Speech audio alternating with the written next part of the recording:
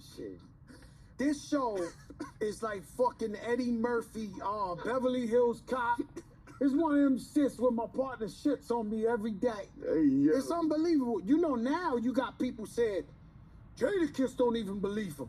That's why he throws the face. He throws it, like, you got a little shit going on out there. Knock it on.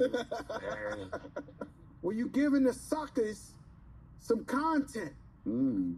You know what I mean? Because we got blood, well, you could throw another one. We got blood suckers. He threw his own. They whole shit is based off what we talking about. True. And so that's how I know how we driving the culture. Mm-hmm. Is when you got other guys like, okay, what Jadakiss says, have anything sound like Kiss to sign right here. It's the same way in the podcast. I watch guys wait till a new podcast come, and they think they lit, and they go on right about what we say. Mm-hmm. And they got a problem with it, or they agree, or they whatever. Yo. Ain't shit. This got him not too long ago. Yeah, I can hear you. Can you hear me? Yeah, I can hear you. This shit be tweaking where I'm at right now. Yo, can you hear me? Yeah, I can hear you. Can you hear me? Yeah, I can hear you now. This shit kind of like cutting in and out. Yeah, I be tweaking right here in this little area. Should get better. Alright, hold on. Everything good? Yeah, hell yeah, working like a motherfucker. So look, tablecloth done. Right, they sent me back the revision on that shit, so that's done. The boxes. So I fucking here. When do you need the surge? Approximately. We're currently quoting. No, it's the wrong one. Let me see on my WhatsApp.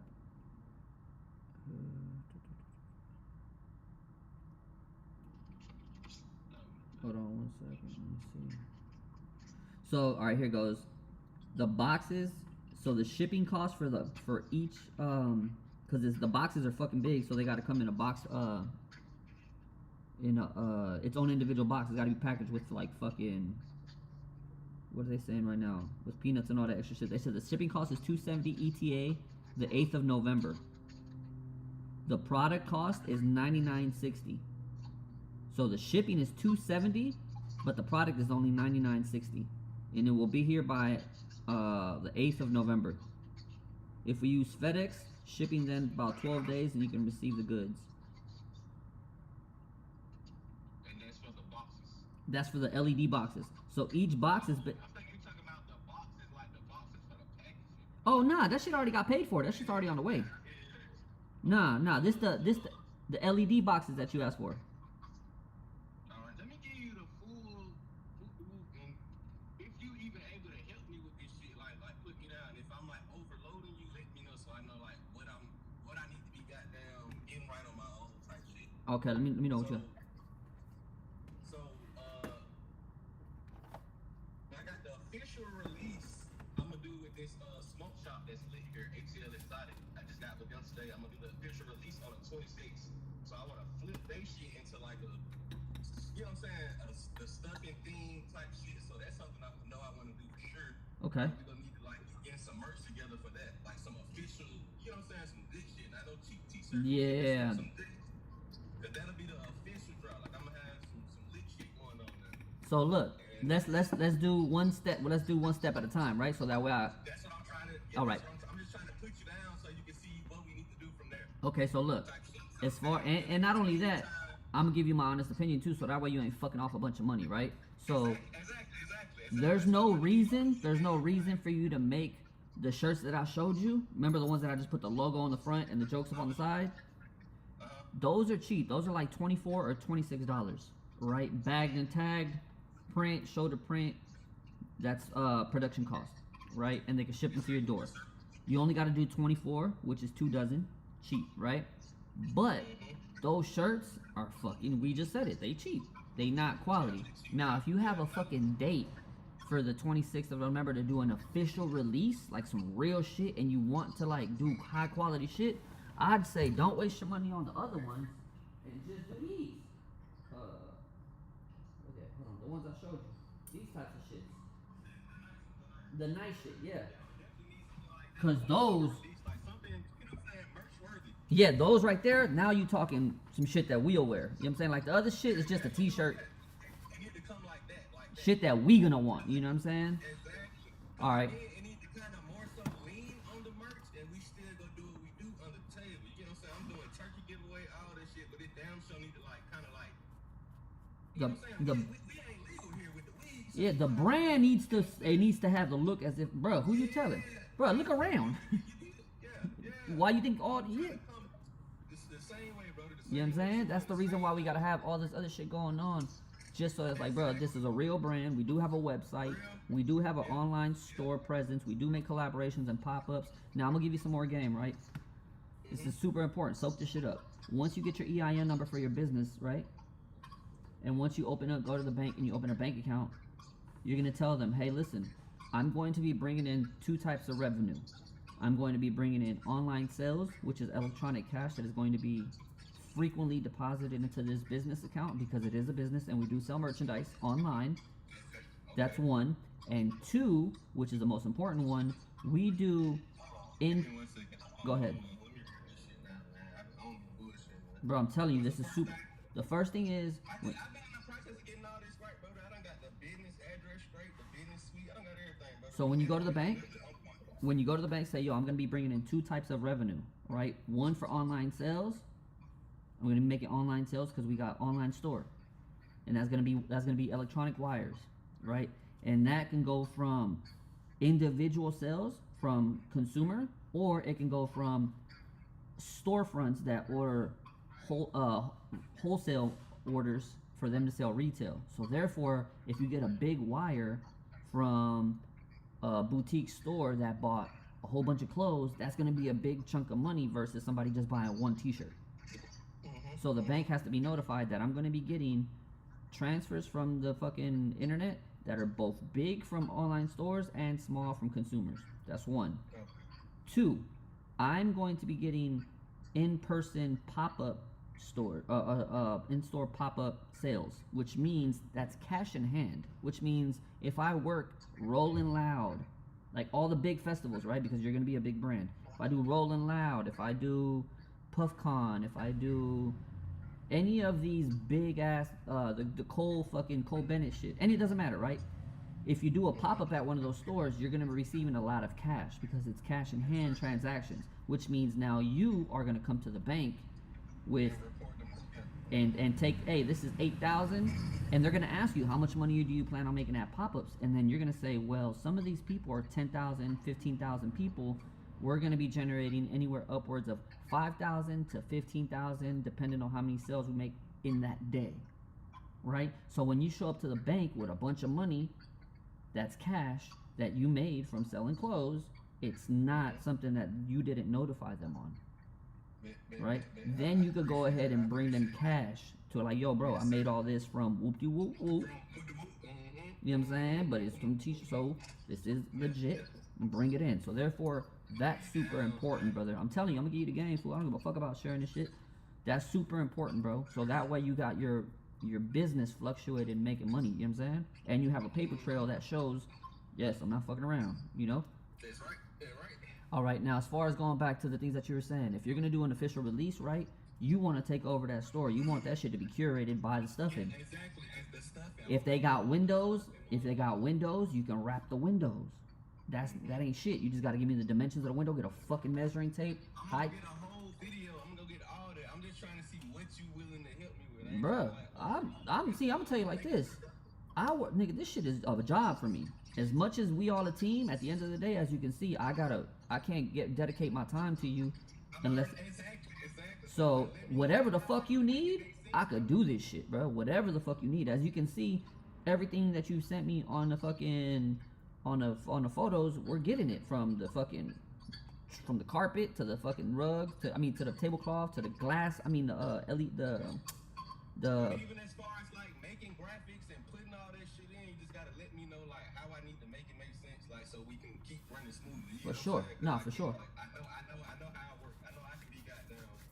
I know I can be overwhelming. I'm already knowing. Bruh, hell no. What you don't understand is you are way more professional and put together than a lot of these motherfuckers, because a lot of niggas be like, hey, bro, just make it look good. Bro, I don't know what the fuck you like. You know what I mean? And then I'm not this guy, bro. I'm too far in the game to say, you like this? No, I don't like it. Okay. You like this one? Bro, no. No. It goes like this. Tell me what you want. I'm gonna do it and I'm gonna say, this is your revision. Tell me what you want to change. Once you give me your first revision, we change it, we press and play. We're not doing this back and forth shit, bro. You feel me? I'm not one of them designers, bro. I'm gonna make this shit, but you gotta give me, and that's what you've been doing. A lot of me fuckers don't have no direction. You know what I'm saying? So if you tell me, hey, bro, I'm doing a pop-up at this store. They got these windows. I need to get them wrapped. These are the dimensions of them. These are the logos that I want on this shit. I need you to find me the resources so that they can put this into production. And I need you to design it so that it's fit for production. All right, bet. Give me a list of shit. I knock that shit out. This is what I do for a living, bro. I got you. That's what I'm making sure. I'm just making sure you like, God damn, why the hell he asked me? Fuck no. Ask me for this, ask me for No, that. nigga, because you know what I'm gonna hit you with. Instead of saying, why the fuck, I'm gonna hit you with an invoice. This how much this shit costs. There we go. That's what I'm saying, bro. Give a fuck about what you asked me for. This shit all coming. With your tab too, like we a whole team, brother. Like with your tab too, I like to make sure everybody around me straight. You know what I'm saying? So that's the plus of having motherfuckers that know what the fuck they got going on, because it makes it easier for me. I knock all this shit out quick. The reason I ain't talked to you in the past couple days, I've been sitting here designing at 5, 6 in the morning. I told you my sleep schedule's so fucked up. I'm already knowing, brother. I'm figuring you got a whole bunch of other shit going on, so I'm like, let me know if I'm overloaded. Nah, hell no. Doing my end, like I got it, I promise you. So now, Everything you're doing is gonna be done. back to the topic at hand, right? Wait, not to cut you off. Go ahead. I just want to give you like the full, so you know what I'm trying to do, so you can take out what I probably shouldn't do and what we can get done. How you over whooping this shit.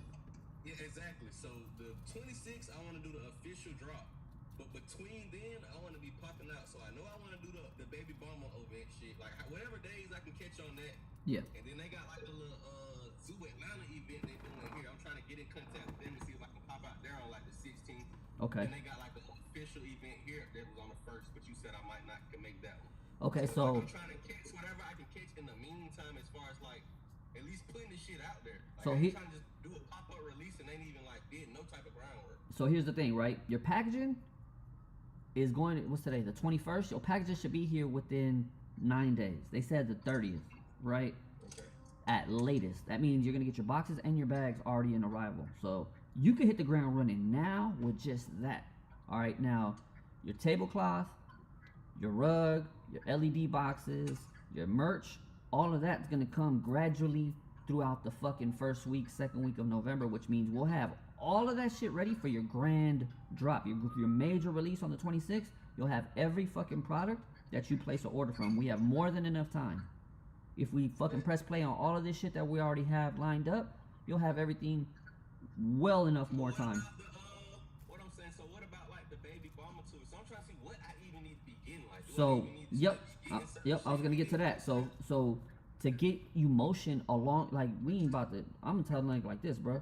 Get money as soon as you start getting the chance to. You don't have to wait and bro, I'm waiting on my tablecloth. I'm waiting for my rug. Fuck that. For sure. Hit the motherfucking ground running. Packaging in, and we got weed. You good to go. You know what I'm saying? Now as far as a tablecloth, as far as a tablecloth, I can have that shit. I think they said like 16 or 18 days from the moment that the invoice gets cleared. So you might not. Because I was seeing some companies that's like next day and shit, are them just not like that shit not right. Nah, that shit they have it. That's here in America. That's here in America. You could get a tablecloth here in America, but that shit gonna be like $500. It's gonna be like $500-$600. I was saying some high shit. I was saying like some tool and some high tools and some dumb shit. And I don't even know like the dimensions of shit. I'm just looking at just quick Shit. prices and shit. For the I was most, saying, like the graphics and everything, it might definitely probably be like 5, 6 after you send them a shit. So let me give you a perfect example, right? My boy, this is right on cue. Watch this. My boy is getting a tent, right? He's doing, where's it at? He's doing one of these. Boom.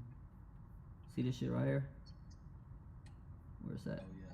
Hold on. That's what I was thinking about doing. Just So he's doing one of these, right? And then he sent me the link, and he's like, bro, they only $100. I say, yeah, they $100 blank. blank. I'm already knowing. Yeah. The base price. Man. Exactly. I'm like, bro, that shit. Watch this. I designed it for him. I did the whole shit. They want $1,300. Some stupid shit. So it's like, bro, you went from $100 to $1,300. You know what I'm saying? Because you want to get this shit customized. That's here in America. I said he ain't going to China You know what I'm saying? China, you get it for like $600, bro. Going to them sites already. I'm already know. Yeah, you know what I'm saying? But back to the shit, like I said, saving bread, I don't think you need to do the bullshit shirts. I think you should just pull the trigger on the right shit and then just have those already for the 26. Those you can get done in like 10 days. Boom, get that out the way. That's one. Tablecloth, let me see. I'm gonna look at the And I only need the tablecloth if I'm going to events. Like, Yep. If I can't make no event, You don't need it. no sense of grabbing all that. You don't need it. Feel like I'm gonna be able to make like the any of the Tommy shits on time with how this shit coming. Yeah, hell yeah. I mean, the thing is, like I said, Tommy got. Let me see his dates.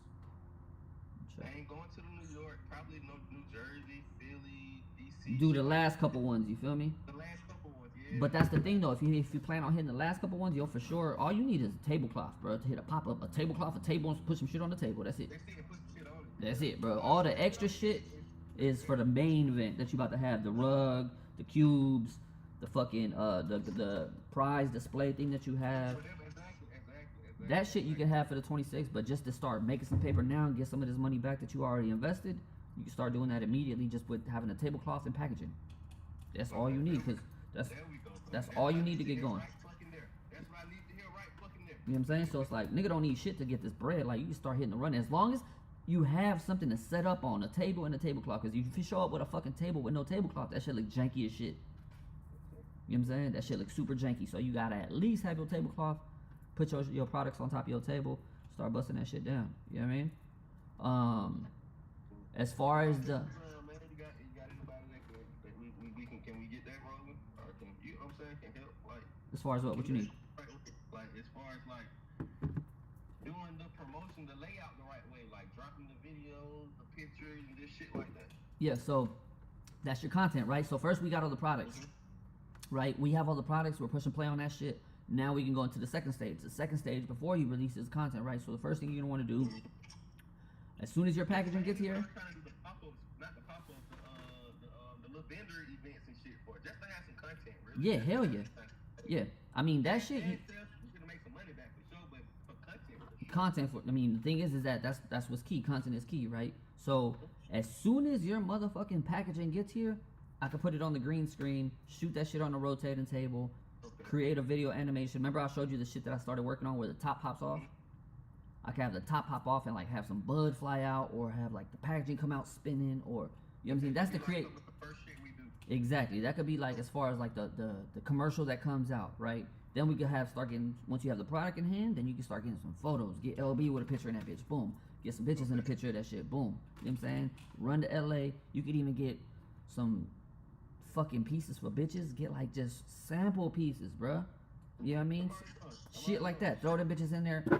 Take a picture with this, bitch. Take a picture with this. You know what I'm saying? Boom. Get some content going. Get the page going. So that way when you show up to the pop-up, they already have a notoriety, because LB gonna repost it, the bros gonna repost it, they already hearing about it, so when they finally see you, it ain't who's this, they say, oh, there you go. You know what I'm saying? But that, all we need is just material. We can't create content without material. I'm not one of them AI niggas that's about to make some fake ass animation, and then when you get the bag, it looks completely different. I just want to make sure I'm doing the layout right, like as far as like what I, you know what I'm saying, just the full setup, like as far as what I need to be dropping first, how I need to be engaging, you get what I'm saying, as far as like just making sure this shit is right. So as far as your socials, no picture on there yet, just because I want to make sure like the engagement. nothing. Right now is nothing, right? What you want to do right now, right, is wait for you to get that first, like I said, first initial fucking product, so we can have the first post to be enough. Because what I tell people is like this: don't jump the gun. Wait for your first post to be curated, clean, and professional. You don't want to show some iPhone post. What the fuck? No, your first fucking initial, because the first impression is everything, right? Boom, hit them with a raw ass commercial. LB gonna tell you, or a lot of people, like, they don't like to follow.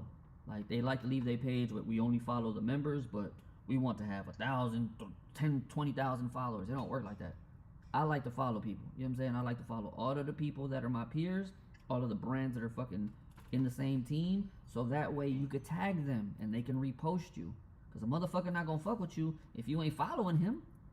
Right. How you expect me to repost your shit, nigga? You don't even fuck with me.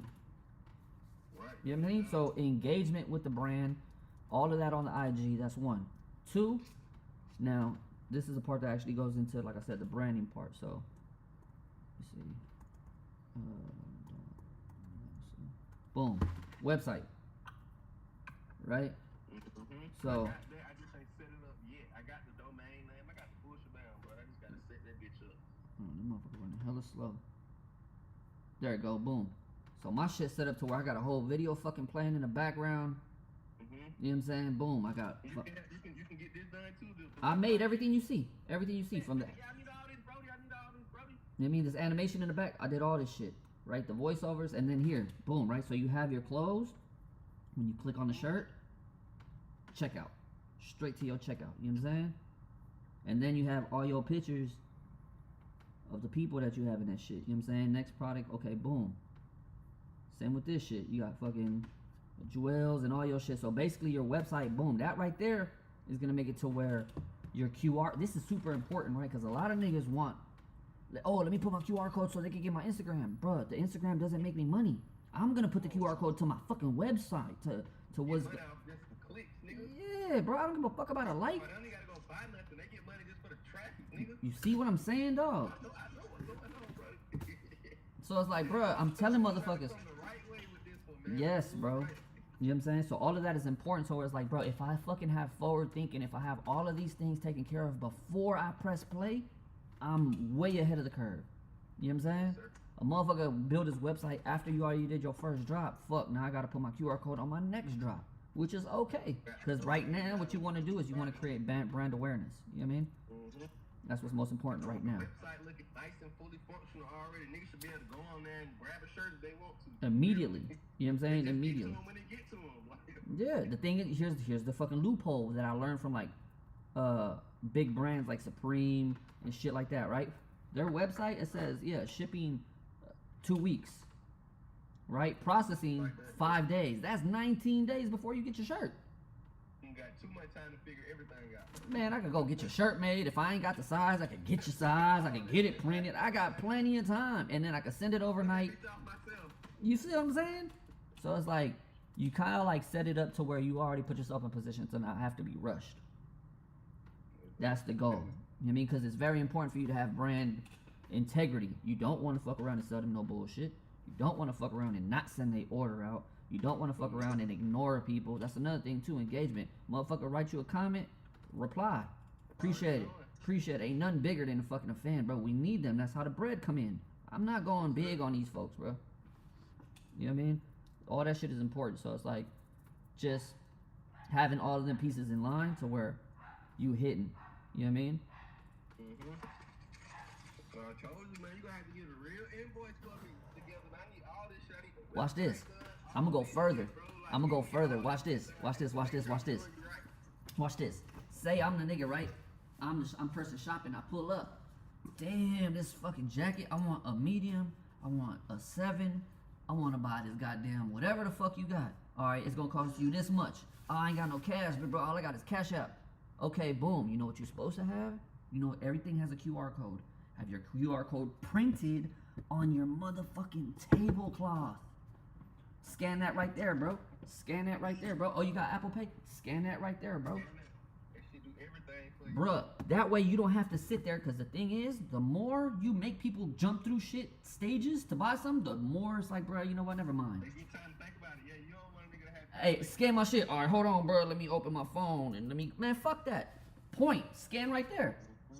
But the problem with that is, right, is that motherfuckers are too trapped out to where, hey, bro, I got my Cash App locked up. I got my Apple Pay taken away. No, bro, this is a business. We don't get our pages taken away. We don't fuck that up. This ain't that. This is a business. Now, if you say, I got all of these transactions from my Cash App, it's going to say t-shirt, novelty item, ashtray. It ain't never going to say tree. It's going to say shit like that. Now, when you go to the bank and you say, bro, I'm dumping all this into the bank, it's a fucking shit that you can write off at the end of the year. You know what I'm saying? So it's like, bruh, motherfuckers, I even thought about that. Like, yo, my next tablecloth, I'm putting all of my QR codes right on the tablecloth. Makes sense. Right on the tablecloth, right there in front of your face. Website, Instagram, payment methods, everything that you need. Right there in front of you. Make this shit streamlined, easy. Check out, get the fuck out of here.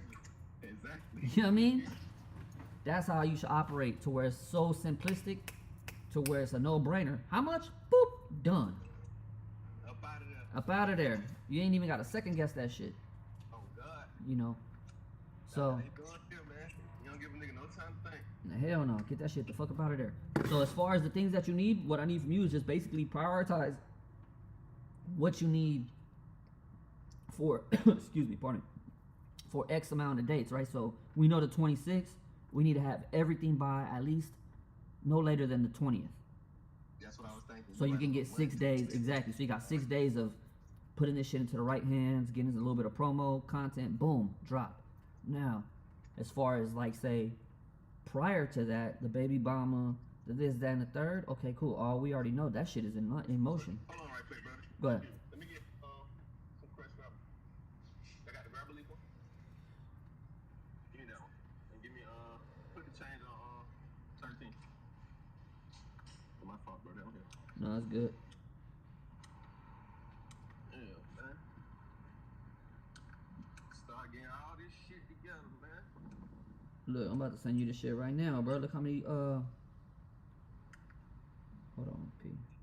Look how many goddamn brands is on this shit now. I'm just texting to you. They just, I don't know if they got you in the group text yet. In the Jokes Up group text. Not yet. I'm gonna add you in there right now too. I'm gonna tell LB add stuff in. I just text you the flyer. Oh, I see. Yeah. That's the one for Virginia Beach. You see what I'm saying? Yeah, I'm definitely going to that one. Yeah, I didn't send you the New York one because the New York one is too early. Yeah, no, I'm not gonna go to the New York one. I just probably just this one at the most. Yeah. It's 2 dates too. Yeah, it's three. It's three. 7, 7, 8th, and 9th. I just seen 7 Mhm. through the 9th. Okay. Mhm. Yeah, that's lit. That's lit. You know what I'm saying? So you'll have your tablecloth, you'll have your boxes and your bags all by that date for sure. For sure. So you're able to attend that shit at least. You know what I'm saying? I'm there. I'm there at that one for sure. You know what I'm saying? And then from there, now you can start loading the IG up. Bomb, bomb, bomb, bomb, bomb. I'm So gonna go to the one here on the first too. It's one here on the first. I'm gonna still pop out at that one. you might get your shit by then. Cause I could overnight your shipping. As soon as it lands here, I could overnight it. Yeah, I'm gonna definitely pop out here. I'm popping to the now. Make it squeak a nigga here. Alright. I just want some content, man. I just want some content. Nah, hell yeah, for shit show. So for the most part, back to the topic. Yo, I already got the pricing for tablecloth. I got the prices for your LED cubes. I got the prices for the rug. Everything. Matter of fact, look. I did this shit last night. I was gonna fucking FaceTime you, but it was way too late in the fucking night. I don't. Bro, I told you. Where is it? Where is it?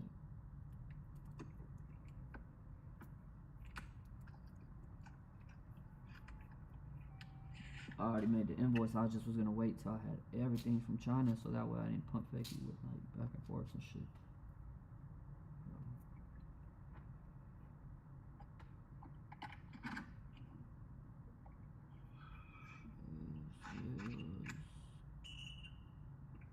Shit, as long as I got packaging, I'm definitely gonna hit the event here. For shit show.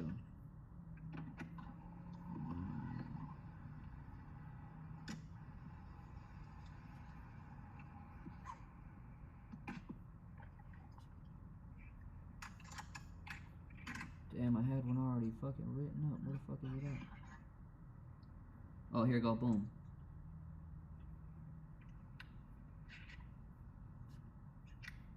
Oh yeah. One drafted. You can edit reminder, view reminder, and edit. Michael Robinson, right? At YouTube? I mean, at Yahoo? Mhm. Yep, I already had that shit started. So, I'm gonna edit this shit though. Boom, there we go. So, custom rug, tablecloth. Oh, my shit finna die. Hold on, let me get the charger.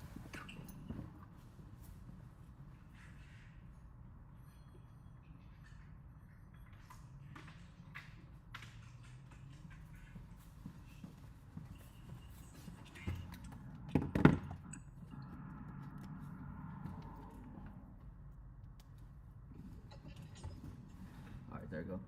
So you got the rug. Can you see my screen? Rug, tablecloth, t-shirts, and LED cubes. We gotta update the t-shirts because we're not gonna do the cheap shit. Right? We got All of the LED cubes too, man. Once I show you the whole goddamn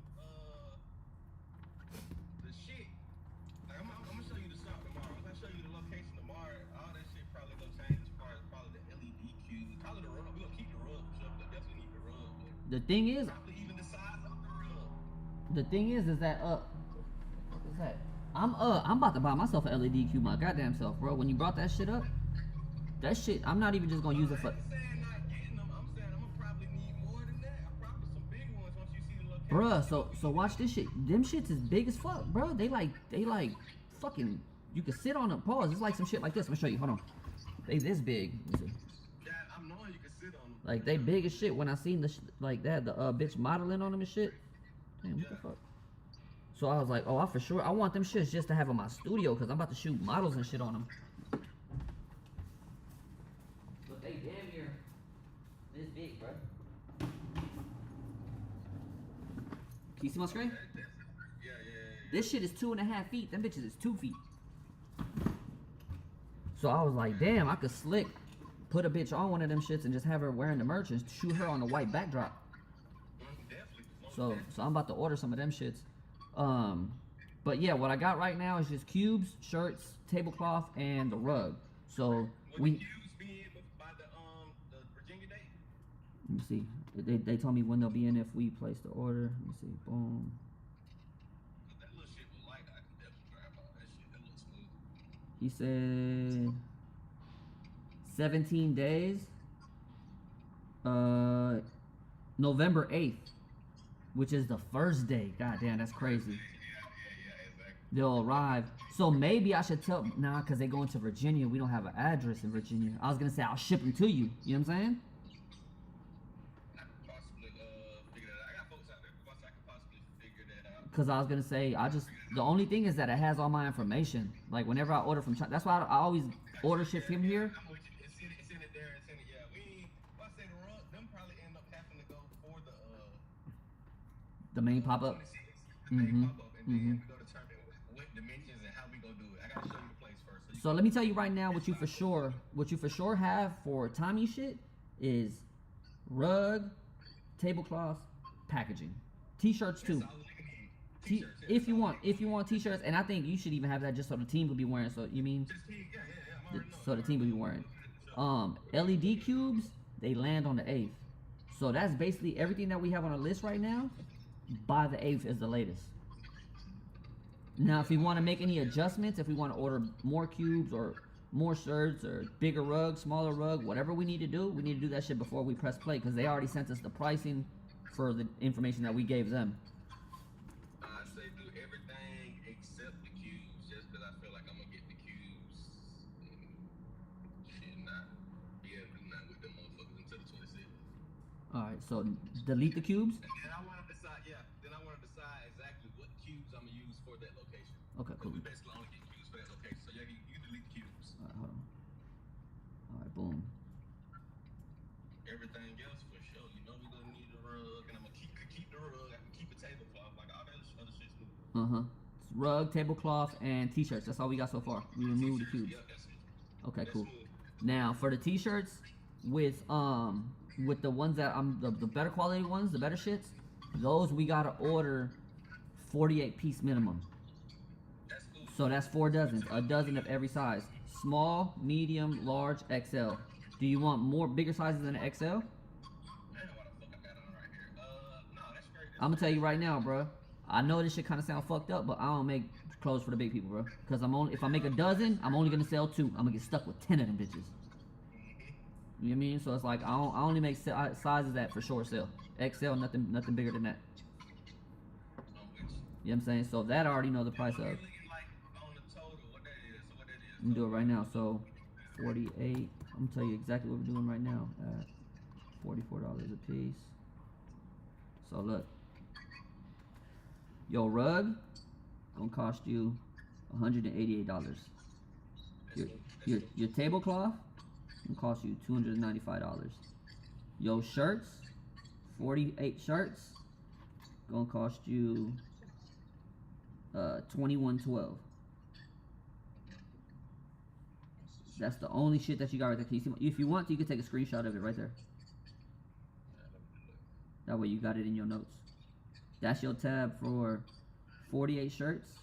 It tells you the price right here where it says rate. The one in the middle, that's the price.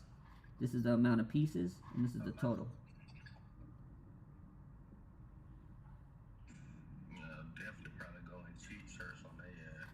All right, so if you go cheap shirts, them shits is $26, and you only got to do you only got to do 2 dozen. You ain't got to do 48. You could do 24. Let me screenshot that. This another. Hold on. That's the price with the cheap shirts and half the amount. So now you got both options for the cheap shirts and then for the good shirts. Got it? Yeah, I got that. All right, cool. So that's for what we got jotted down so far. Both options as far as, because the only thing we changing, the rug and the tablecloth is the same. The only thing we're changing is the decision on what type of quality shirts you want to run. And if we go higher quality, obviously we got to go 48 pieces instead of 24. And that's it. Other than that shit, we ready to go. Now, tablecloth and rug, shit, like I said, those gonna take anywhere between 14 to 17 days. So the sooner we pay that shit, the sooner we get that shit in production. The shirts, that shit right here in downtown LA, that shit, I get that shit done in 3 days. So the shirts is the least of your worries. You know what I'm saying? It's just the shit that we ordering from China. Can we still put like a good graphic? No, you said we only can do the solo on the cheap shirts, right? Like this solo graphic. No, we could do a better graphic. It's just it can't be no bigger than 8 inches, bro, because it's a DTG, not a silk. Yeah, never mind. So that is a logo. You're not doing too much. This is all you get right here. Like, see this shit right here? Yeah. Same shit, bro. That's a logo. Yeah, because if you go full screen, that's a silk screen machine, not a printer. You know what I'm saying? So that's the difference between fucking the little machine. The printer only gives you 8 by 12, 12 wide, 8 tall. How many shirts is the cheap? Is the high ones? We getting 44 shirts and all? 48 shirts for the high ones, a dozen of every size. You gotta buy a dozen of every size. Niggas can sell 48 shirts, bro. Bro, look, this right here. Let me show you. So look, this is exactly how your order gonna come. This right here, this box. You see my screen?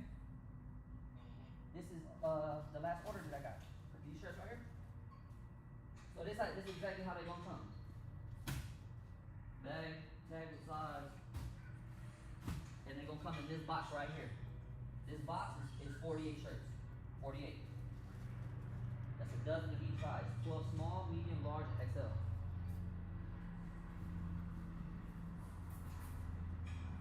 Buddy.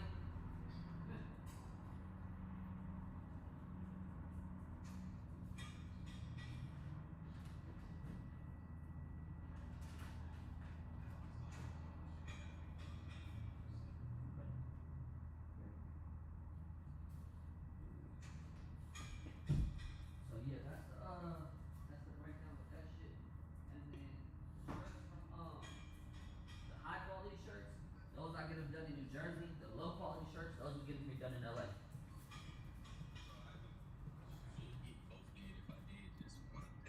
If you want to pay for both, you can get them both done. You know what I'm saying? But I recommend you this. If we're gonna pay for the high shirts, don't do no just fucking logo, bro. Go crazy. Like, go from top to bottom, my boy. Like, go, yeah. Don't do no shit like this one, watch. See how this one? Nah. Hell no. You know what I mean? Because you're paying too much. You know what I mean? Might as well get your bang for your fucking dollar. What else? Shirts, cube, tablecloth, your packaging is already here. Oh, website and animation. That's the other two things. Website, if you already paid for the domain, I'm all the way transparent, bro. I'm gonna be the nigga to tell you this is what you're paying for and this is what you're paying me. Your website is cheap as fuck. You go to Wix.com. You pay for that bitch depending on how much shit you want. You see how my shit had a video and it had slideshows and a lot of shit? Obviously, I didn't get the cheapest plan. I got the middle plan. Now, if you get the big plan, which is like more space on your shit, you're gonna have sound effects, shit flying around. But it's like, bro, you don't need all that. That's overkill. You don't need all that. That's overkill, right? What's the mid-level shit? How much for the mid-level? I'll tell you right now. We're gonna check it out. Sure. How much for the mid, man? How much for the mid? we gonna read you with the website. Oh, God. I'll tell you right now. Look. So look. This the website. Boom. Google ads and all, nigga. Hell yeah. I'm getting paid for my clicks. upgrade. Here we go. Boom. So this your this the plans right here that you got. Right? You got your business elite, $49.99. You got your bullshit ass one. This is the bullshit one. This is the one you don't want. Right? Then these two right here, these are not gonna allow you to sell shit. This is just information. So you basically got, hold on, where's the other one? Plan features. Here we go. $50 a month, $19 a month, and these two you can't sell shit out of it. It's just informative, right? So this would be your mid. Now if you say $20, see right here, $19.50 a month, and then you say times 12. All right, boom. So what's that? 20, 40, 60, 80, 100, 120. That's $240 on your website. Boom. Your domain, that shit's only like $20, $15, bro. I already got that. Shit don't cost nothing. You already got it, even less. So right now you still looking at $240. We already got that. You already got it. So now you're looking at $240 because you only paying for your plan, right? All right, bet. Now it's content. The fucker that's gonna be building your website. That's it. That's all you're paying for, bro. You're not paying for fucking nothing else. Everybody else gonna charge you. Oh, development is this, that, and the third. No, the fuck it is not. This shit is transparent. You go on Wix.com yourself and see exactly what the fuck you gonna get. You know what I'm saying? So what would we put on there from the start besides the fucking t-shirts? I would just make up shit to put it on there. Fuck, you gonna need some shit like, for sure. Hold on, let me show you. So, Nasuh. I'm just gonna use my shit. We ain't even gonna fucking base this shit off anybody else. The first thing you're gonna need is some motherfucking content. You're gonna need some people in the shit, right? You're gonna need some shit like this. Alright, boom. You got your fucking t-shirt. You're gonna need some shit like this. So it ain't even. We can AI some people in the Shit ain't about nothing, you know what I'm saying? Obviously, if you got celebrities and shit like that, that shit works even more. But if not, you can AI some shit in there. It don't matter. So, get the website set up. exactly. So, number one thing you're gonna need is content of your merch that you selling, right? Number two, you're gonna need, if you want an animation video that you're gonna put on your gram, you might as well put that same animation that you paid for on your gram, put it on your website. Get the bang for your buck. Ain't no making two of them. What the fuck for? You see what I'm saying? Right. So, boom, put the animation on that bitch, put some pictures on that shit. As you can see, my shit is plain Jane, brother. Look at this. And that's smooth. That's smooth. You know what I'm saying? It's very simplistic, but at the same time, this shit is lit. It ain't cheap. You know what I'm saying? Like, even to this shit, like, look. See it rocking back and forth? That shit hard. Bruh, I shot that it's this fucking rack on this fucking wall. You know what I'm saying? So it's like, bro, we doing all this shit in fucking house. So you could easily have a brand description, stuffing, quite high quality fucking soft good products, curated, established, blah blah blah blah blah. Have your little bio, you know what I'm saying? So people can get a little information as far as the brand. Have the motherfucking products. Have an animation. That's it. You know what I'm saying? Now, the animation, I'm about to send you a link right now. Here, look, I want you to watch this. I want you to pick from here, and you tell me what the fuck it is that suits. HQ. Copy profile URL.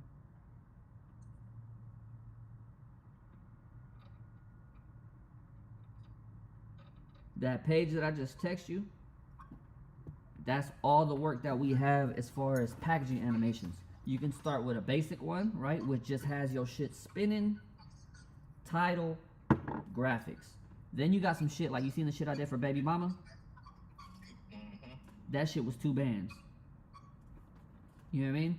1,200 went towards, I think I told you, the whole Legos and all that shit, how it's built. I'm saying exactly what you're saying now, literally from the just spinning or the goddamn. Or the crazy cartoon animation character. You know what I'm saying? Because you could have, okay, we got a stuff in fucking store. Motherfucking people walk into it.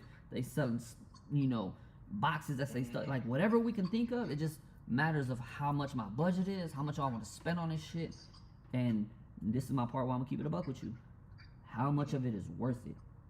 It's not worth it for you to dump 5 bands. Because I've seen this shit happen. People spend hella money on their packaging. I mean, on their animation. And go the cheap shirt. No, bro. Shit like that. Don't. I'm already if I'd say, yo, spend less, if you don't spend 5 bands, spend 2 bands, my boy, on the animation and go good shirt. So that way, it ain't like I got dope ass visuals, shitty ass product. Don't make no sense. You know what I mean? So, exactly. So your budget gotta make sense so where you can balance it out throughout the entire brand. Don't just put all your eggs in one basket because your video's not gonna sell your shirts. So how much one of these like spinning videos? You know, something like the basic type shit. The basic ones, that's just $750. That's what I was thinking about. $750, but that's just the box spinning. Like, look at the one that I just I did it for the Percocet. Yeah, the Percocet, the Shark Lotto one. That one was $750. Yep, $750. And that shit's quick. I get that shit done in 3 days. Yeah, we need one of them just to like have on the site at first, and then when we doing like the closer to the drop, when I'm ready to goddamn amp up, then I do like one of the videos where you could turn like a shop into the stuffing and we. So here's the thing too, right? Is production time. When it comes to doing the, like, say for example, if you do the basic one, as soon as your packaging gets here, 2 days, maybe 3 tops, you'll have a video. Now, the other shit gonna take, that's the thing too, it's gonna take me like 10 days. It's gonna take me like 2 weeks. Okay. Cause that shit ain't some AI shit. I gotta literally, like Legos, you know how long it takes to build a fucking... Still enough time to figure it out. I made my mind up fast. Yeah, hell yeah, for sure. Let's see what's going on. Just make sure nigga not overdoing it. Mm-hmm. But that's the thing though, knowing your options, knowing like, okay, this was possible at this time frame, this is what's possible. You know what I'm saying? That's why I text you, like, I'm just trying to get the date straight just so I can know like What's going what? on and Yeah. I can get what's going on. Just Yeah. need to see what's going on. No, for sure. Like, it's all making sense. But like I said, right now you're taking care of like the key points as far as, like I said, hitting the ground running. As long as you got your packaging, your tablecloth, you can start. Get some promo going, get a video out there just to prop it. Because the thing is, here's the thing, right? You need something for people to repost. And if you make something cool, niggas will repost it. If you make something whack, they gonna have to like you to repost it. Like, damn, this nigga shit whack as fuck, but that my boy. We just need something for these niggas to repost, man. That's all you need. You get that repost factor, now you gonna get followers. Now you gonna get traction. Anyway, we ain't putting out garbage, so whatever we dropping, gonna be smooth. You know what I'm saying? So that gonna make motherfucker repost that shit off rip. Boom. Put that shit in the group text. There's 50 of us in that group text. At least you gonna get half of them motherfuckers to repost it. I'm gonna have these nigga ass shit working too. Hell yeah, work shit out the shit. You know what I'm saying? For sure. And like I said, if it's fire, we don't take no nigga. I'll be more than willing to stand next to your ass. You gonna make me look good. Exactly. You know what I mean? Shit, say jokes up on that bitch for sure. Reposting that motherfucker. It's searching. Niggas gonna try to look cool off your dime. You know, but at the end of the day, shit, that's what I need. I need awareness, cause your shit's still building. You know. Exactly. Definitely appreciate it, bro. Nah, for sure. Now, once you figure out what you want to do as far as the t-shirts, I can send you out the invoice. Cause what I could do right now is just send you the invoice for the rug and the tablecloth. Send that a separate invoice, and then whenever you decide to do your shirts, send another invoice, just so that we're not waiting. I'm gonna put that all together tonight. I just need to think on like how. Now that I know what's going on, I just need to Get a better idea as far as how to gauge it. Yeah. So we'll be pushing the button on that tomorrow to see that out of the way. Okay, cool. Tonight, like whatever the hell, like I'll let you know what's going on so we can. Yeah, whenever you decide, at least you now know what the fuck going on, and then you know how to go from here. Because for the most part, like I said, the foundation of your shit to hit the road, you damn near ready to go. And plus the video and the animation and the website too. Okay, So so they kinda need to be like coherent. You get what I'm saying? yeah, so that's the thing too, right? So you got tablecloth, rug, and then you for 1000% sure you're gonna need that animation. So you're looking at 750. So those three right there, you know, are a tab that's mandatory, got to get done. The other shit is just it's just decision making. You know what I'm As saying? far as the website, And then the website, like I said, if you already have the domain, shit costs $240 for the motherfucking year subscription. You already have your domain. Now we just looking at, again, what are we paying for? Do I want an animation? Because if I pay for the 751, Erod, put that 750 on my website. Feel me? So therefore you don't gotta double down. Alright, bet. Now I gotta pay just pay me to fucking build a website. You know what I mean? Shit gonna cost anywhere between 800 to a band, depending on how much you want on that bitch. And that's it. You know what I mean? Because at the end of the day, like I said, if you can recycle your content and just filter that onto the website, double down. That's exactly what we doing. Hell yeah. Mind you, bro, another motherfucker gonna be like, yeah, bro, no, you gotta get more content, you gotta pay for this, man. Fuck that. We gotta stretch. We can put the t-shirts in the video too, right? Hell yeah. For shit sure. You know what I'm saying? We can definitely put all this on the same, cycle all this same shit on the website too. You know what I'm saying? It's just a matter, like I said, it depends on when we get the product. Cause like I said, as soon as the boxes and bags come, we can shoot that shit and hit the ground running. Have an animation within 2 days. Now, if we don't get the t-shirts into that shit, that's the shit that we're gonna have to make toward the 26th. Okay. You know what I'm saying? That's cool. Which is cool, cause you don't want to dump out the clip before the 26th. You want to hold something. Yeah, I'm with you. You know what I'm saying? You want to make the 26th like the bigger deal. All the other shit just for y'all to get familiar. Yep, that's it. Alright, cool. Well, shit, man. Let me know what the fuck y'all bank on. Y'all, you mean whatever y'all want to run with. I'm here all day, bro. Man, I got you. I'm gonna have a decision for you in the future. Alright, that's good.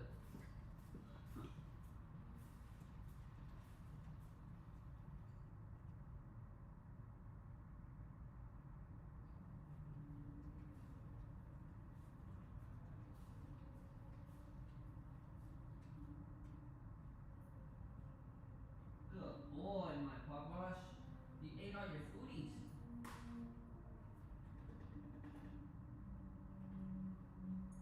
Samala?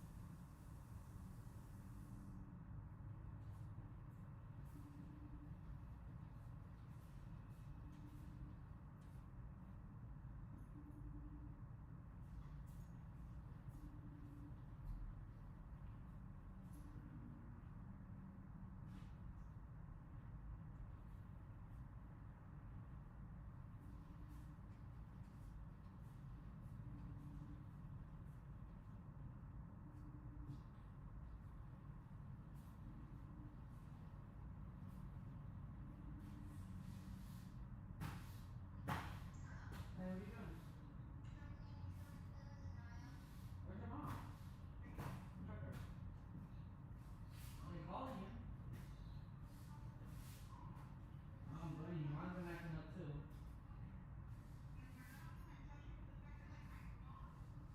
You know what's happening to mine? I don't see missed calls. Like, say if I get a missed call, it is saying missed call on my closed screen, but when I open it and I go to my recents, you know, you can see recents and then you can see missed. They're not there. I'm like, well, what the fuck? I'm looking at the show that I'm getting missed calls.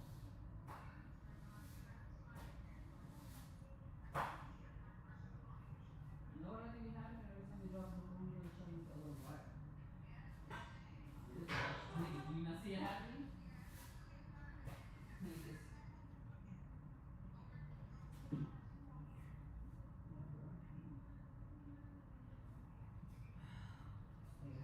This message was fucking probably ate his food and made me happy. Good boy. Huh? He's been pissing all over the fucking couch, bro. I'm so upset with that. I gotta go to Home Depot and buy fucking paper towels and disinfectant wipes because I don't have any more. Damn. Like I was using fucking the Swiffer wiper pads with my shoe and scrubbing the floor, and I ran out of those too. Yeah. It smells like straight urine, bro. I know. I need some too. What? We have one roll left of paper towels, and we have a tiny bit of disinfectant wipes. Alright, so I'll load up on that shit. You know, I'm just glad that I'm freaking washing the car seats. That's like the only thing we really need. It's like, you know what I mean? If the baby was to come, like we need a car seat. Yeah. We need to make sure it's clean. And then yeah, I think. But yeah, I'm just like, I felt like a cramp earlier when we were eating. It's like, oh my god, the car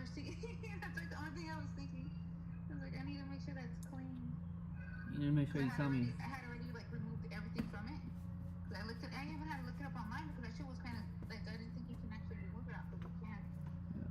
You just tell me what the fuck you need, bro. Yeah. The good thing is that if we leave the dogs here, they will survive. Yeah. You mean I just lifted all my shit up that I care about? Like I'm putting all my shit up. You know what I mean? So if they piss and shit leaks, cause like bro, these niggas are pissing everywhere, bro. Yeah. Like it just reeks of piss. You can get some shit too that so like, remember like the shit that you had bought for the patio that was for like pet order and shit like that for you to clean the floors. That shit might fucking tear my Oh, your laminate, whatever you the have? epoxy. Yeah, shit tears it. It burns it off. Shit's Okay, a I don't know. fucking $15,000 floor. Mm. I'm not doing that shit, so I just gotta clean it the right way.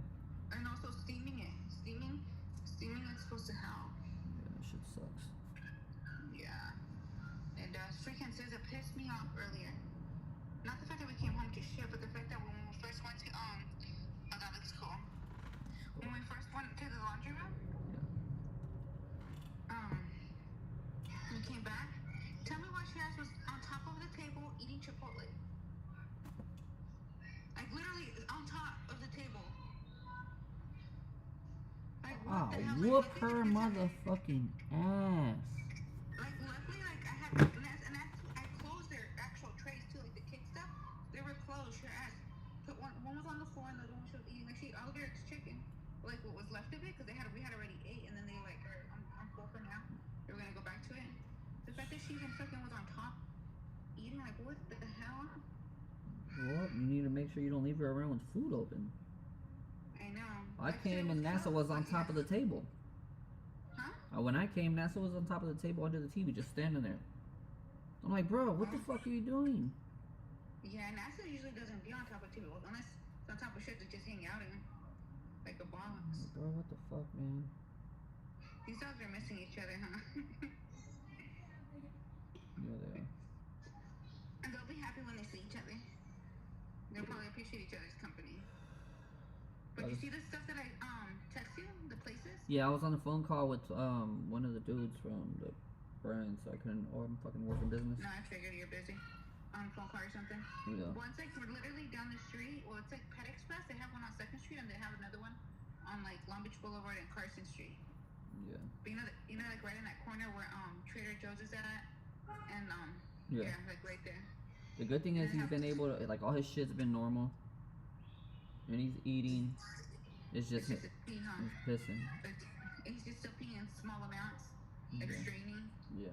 Yeah, But there's that's puddles here and there, so it's like, okay, at some point you're letting it At out. least it's good. Yeah. I know. But at least like there's those places where you can bathe them. Yeah, he needs that because he smells like so pissed, and I know he smells himself like Yeah. fucked up. He for sure smells himself. You know, dogs have like a crazy like sense of smell. It's way stronger than ours. Even their ears are extra sensitive too. And he hears you talking shit. I just feel like in regards to like sounds and stuff, like their ears are way worse. Alright. How's Anaya? She straight? Yeah, she's fine. Did she We cry? have to take her back to that thing like they said 2 to 6 weeks. I just booked it for 3 weeks. You can just take her. To do the other one that they're suggesting? No, it's the same one. They have to just redo it on the top on the same tooth. It's just $100 each time. It was like $250. It was like 103 because I paid with my credit card. But yeah, they basically just feel like it's kind of like a ceiling just freezes the cavity. I guess the initial one that they said it was supposed to help like remineralize it, so the cavity, so it was like the starting point of it. They said it was already too late. It's a cavity. So I figured something better than nothing. You can't even tell because it still looks the same. Like, you know how it was colored already? Yeah. They're like it's gonna be black, but it was already black. But yeah, and the appointment's really short. They literally just lay her down. They just put it in, and that's it. So it is simple. But the good thing is that their teeth are taken care of. I'm glad Eric's teeth are taken care of. And I think if anything, maybe like when he's in 7th grade, 7th or 8th, we can start the braces process. Especially we have to get him in the routine where hopefully like these next 2 times he doesn't have any cavities and he's flossing his teeth. You know what I mean? He has to already have a good oral hygiene or mouth hygiene before he gets braces. But that's a big responsibility. I'm sure they have to do more steps. Alright. Oh, and tomorrow Eric has the testing for the tutoring, for the math tutoring after school. So he's gonna get her at 350. Okay. They're gonna take the test from 250 to 350. They also have like a parent thing if they want to. If parents want to go to like a meeting at 5:15 for it. That's inclusive information about it. But I don't know if we're gonna want to do that. All right. But just a FYI for tomorrow for Eric. We're gonna have to pick him up right after. All right, big dog. Alright, how are you, Oprah? I'm chilling. Working. About to order some food and then go hit Home Depot, get this shit so I can clean this shit up. What time does Home Depot close? Like 9 10. 9 or 10, yeah. Alright, stay. I'll talk to you later. Alright, love you. Bye bye. Man. Guys, what the food?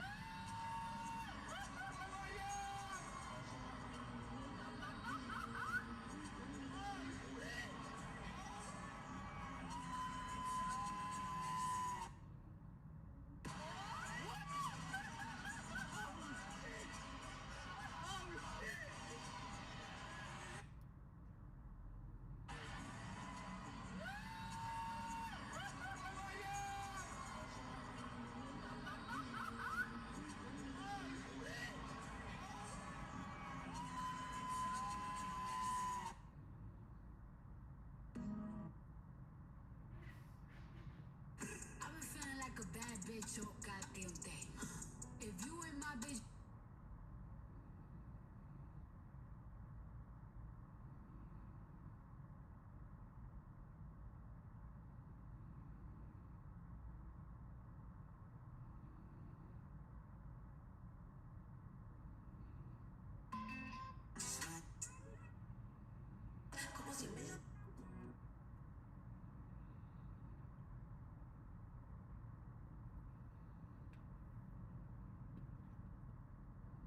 Chat, we on. Streaming, guys. We streaming, guys. Shit, we on. Shit. We gotta do this shit over. That shit cut off on me, brother. That shit cut off on me, brother. Chat, we live. Tune the fuck in.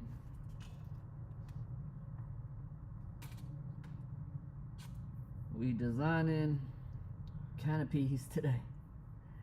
Ain't that some shit? We designing canopies. Marnie looking shit. Tap in. Link right here. Let's get it. Chat, we live. Tune the fuck in.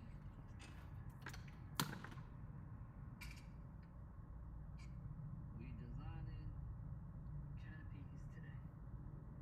Ain't that some shit? We designing canopies. Marnie looking shit. Tap in. Link right here. Let's get it. Mm-hmm.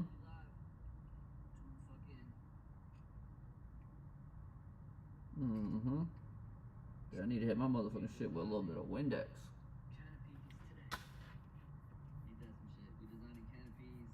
I need to hit my motherfucking shit with a little bit of Windex. I'm motherfucking dirty. I've been on the stream for over an hour and I haven't shared the link not one time. What is wrong with me?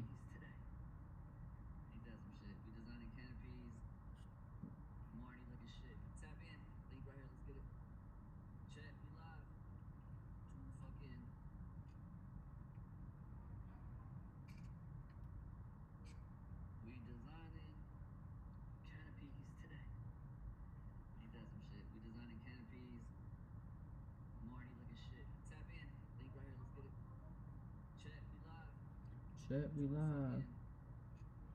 Twitch. Twitch ski, live Twitch. He does some shit. We designing canopies. Marty looking shit. Tap in. Link right here. Let's get it. Chat, we live. Tune the fuck in.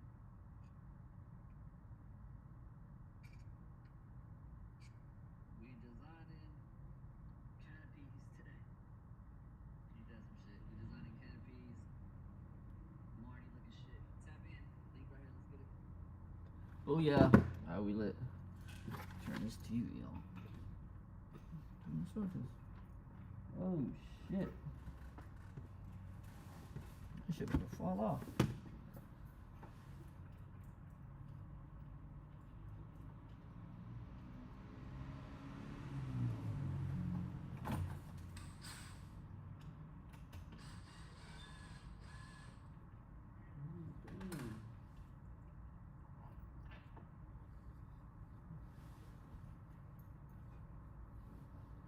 Alright, so much for that. So much for that one, guys.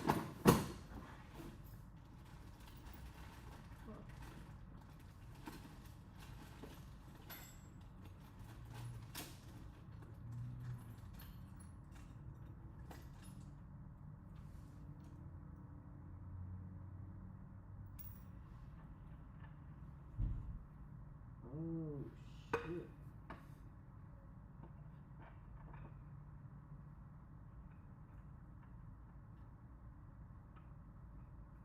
It's too small. Fuck.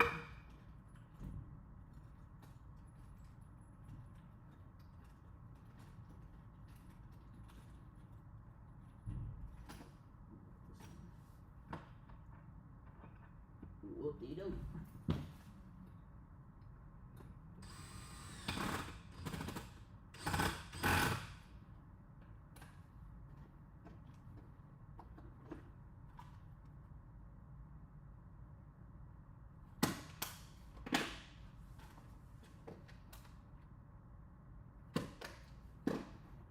Fuck are all my drill bits? Oh no.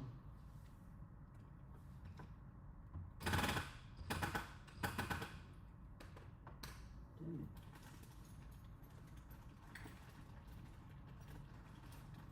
Bro, how the fuck I ain't got no drill bits?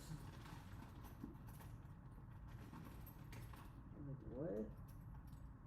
The fuck? Just have to take that one out.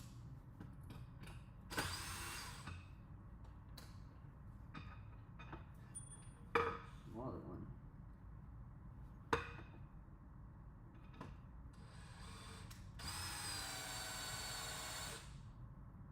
Oh my god, that was fucking pointless.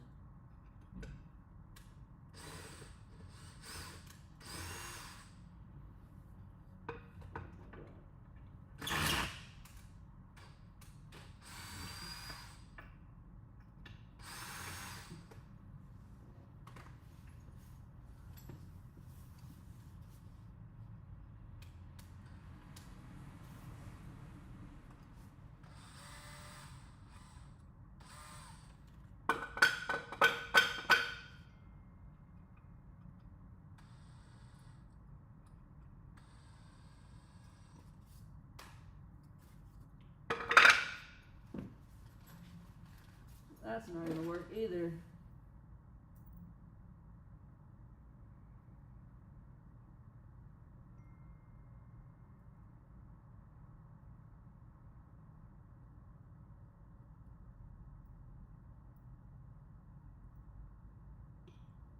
And I see why.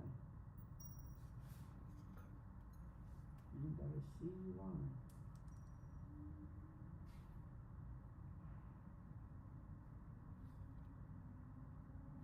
And I see why. Where's the LP?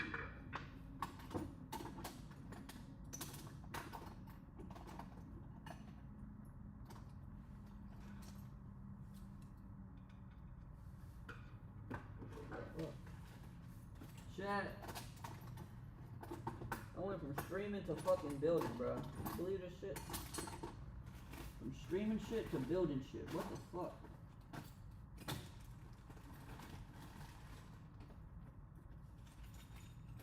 What type of shit am I on right now?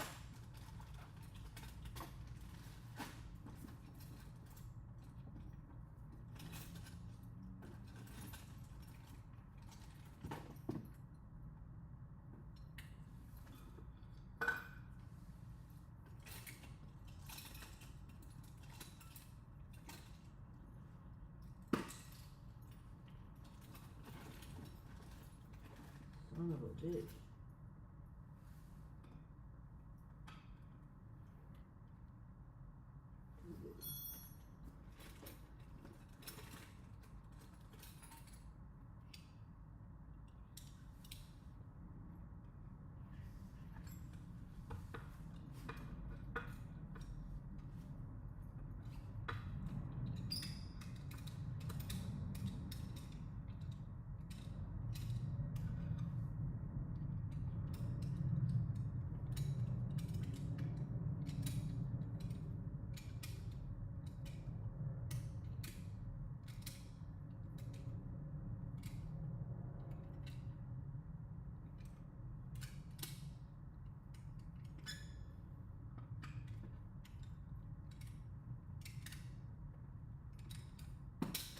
Let's try this again, chat. Fuck.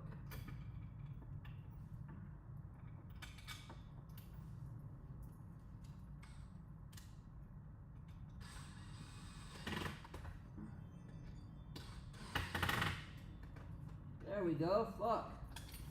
Jesus Christ.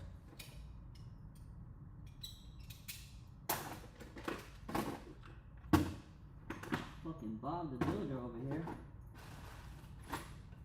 Jeez Louise. Alright.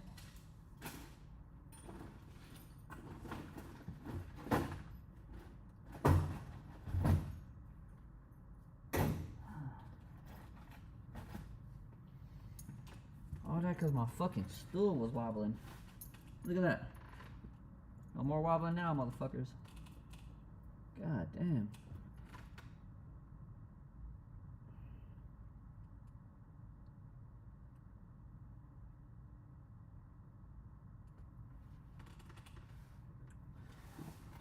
Chat, what's going on?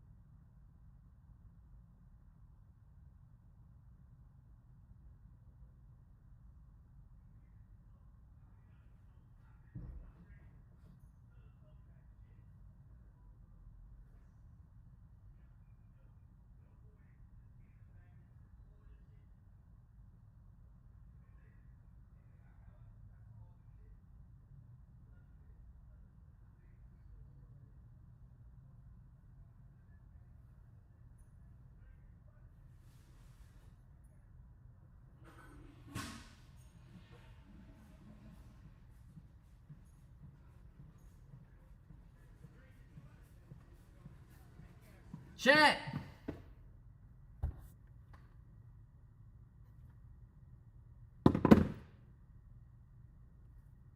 Shit, weak. Add effects using hand gestures. No. I don't want no add no goddamn effects. Motherfucker.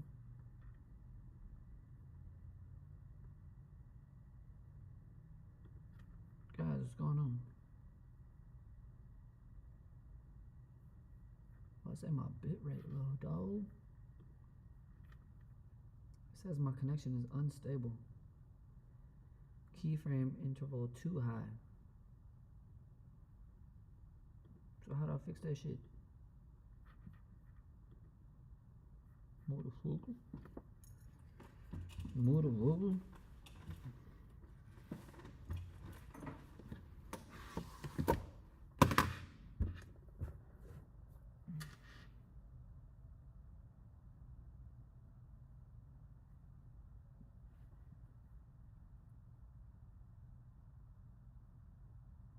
I don't know how to do this shit.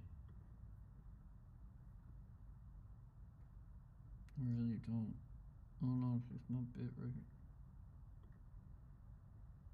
Says I'm at 4500. Why does it say that it's unstable?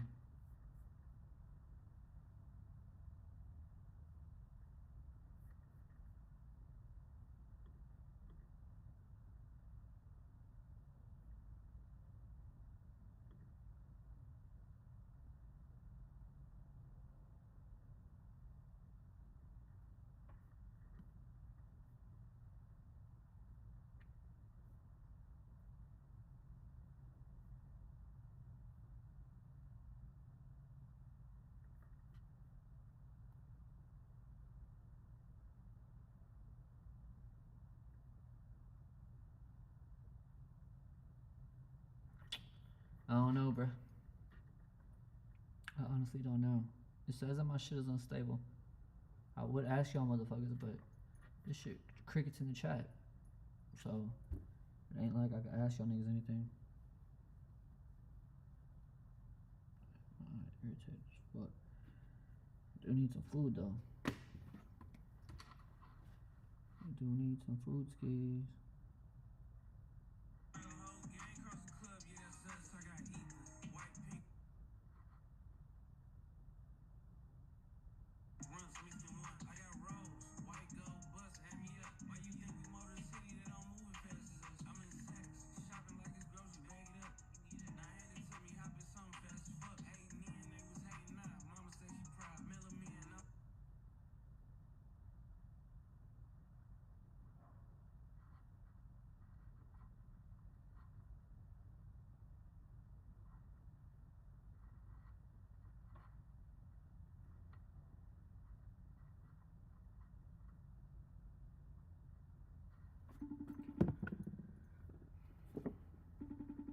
What?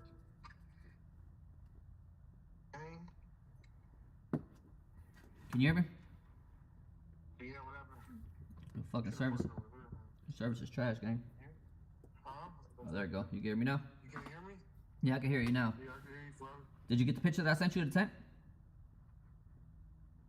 Yeah. Okay. I'm trying to get it right now. So did you? I was waiting on the date from you, I think. So I already asked them. So here's the date on the canopy. I try to talk them down lower, but them niggas is not going because we only ordering a sample. So let me see exactly what they're talking about. Give me 1 second.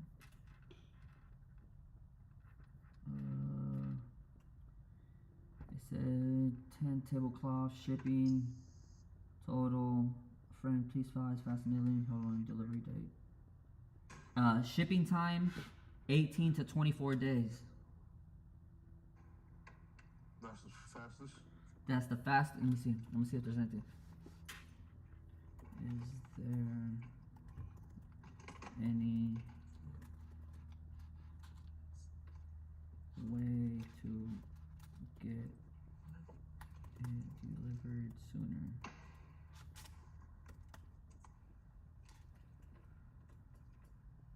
Let me see if it's on WhatsApp. No, 18 days is a lot of days, P. And I know you're 18 days. Nah. A good 40 something days. Can you see my screen? Hold on.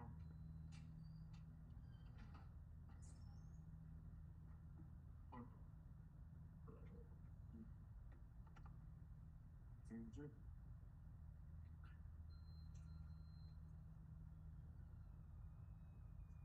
I know. You sent me that, didn't you?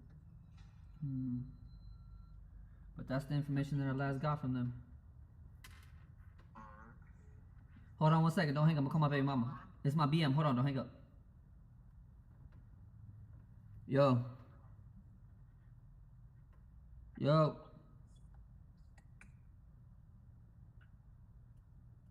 Yo.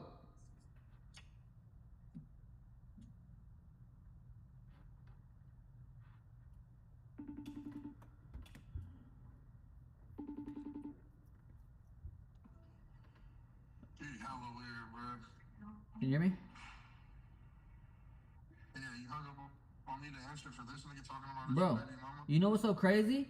That shit, I got 2 calls. Kalamazoo and BM at the same time, nigga. I pocket dialed you on some scary. I pocket dialed you on some weird shit. Nigga, I told Brenda I'll call her back because your stupid ass was calling me right after her. I don't even know what the fuck is happening. This is literally. Hey, so what was the price on that? Yo. Can you hear me? Man, what's up with your fucking phone, bro?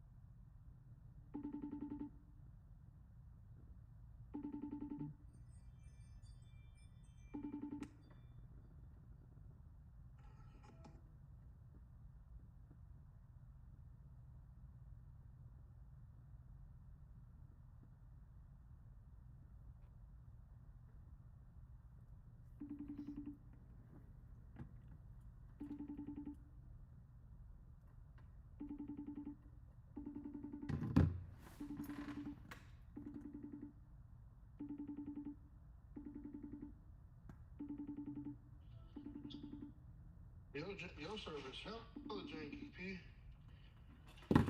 Yo. Your service hella janky.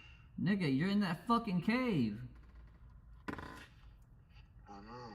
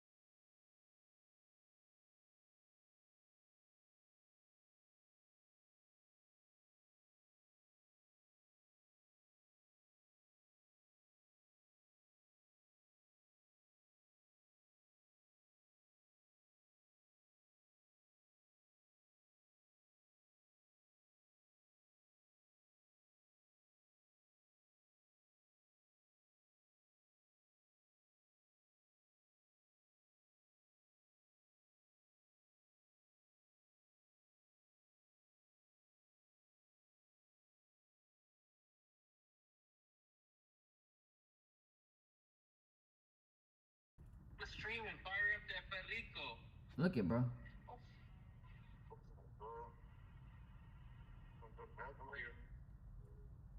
Fucking goofies. What's up with my friends, bro? What's up with my friends, bro?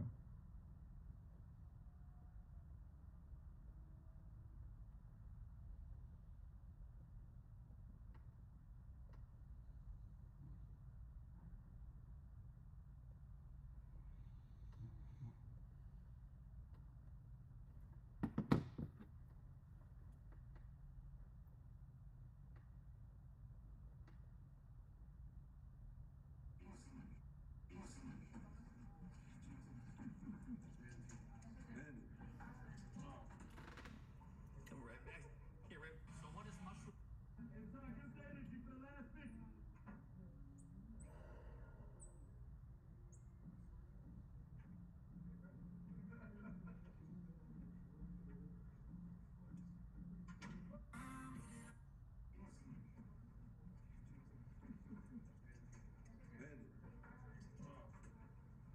Come right back. Here, right. So what is mushroom in Vietnamese? Nam? Ah. And how you say number 5? Nam. And how you say hold? Nam. And how you say to lay? Nam. And what's his name? Nam. So how do you say he laying on the floor and holding 5 mushrooms? Nam, nam, nam, nam, nam.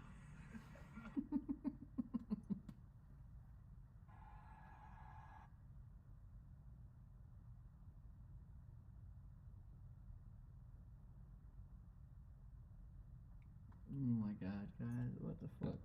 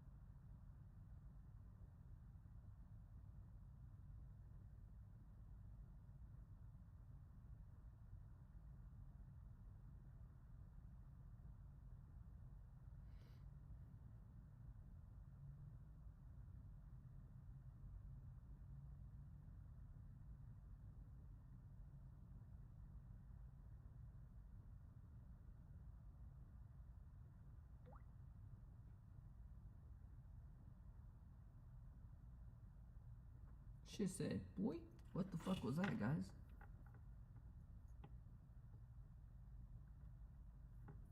Oh, what the fuck was that?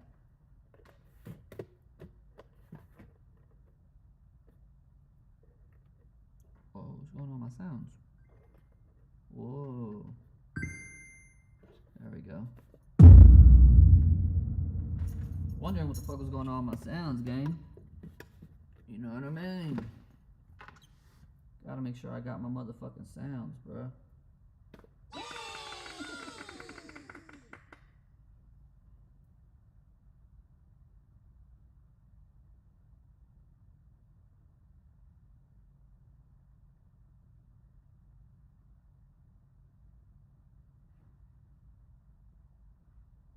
Oh my god.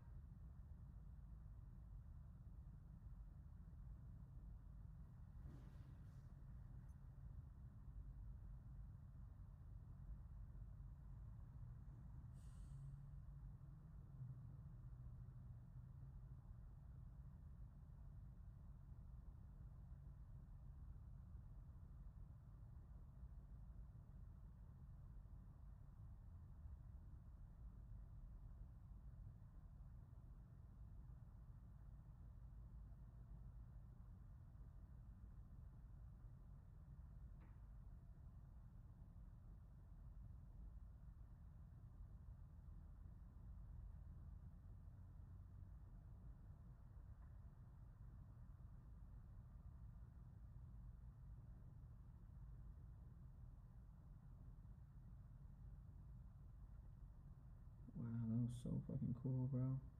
Damn. Damn.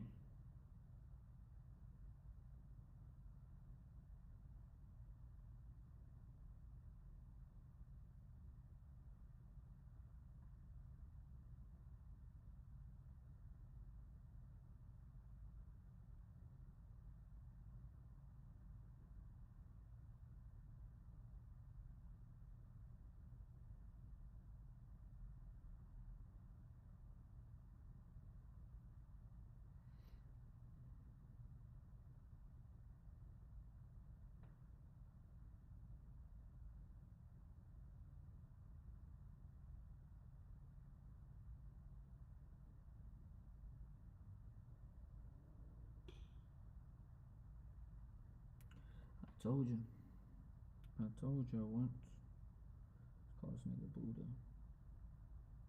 Oh.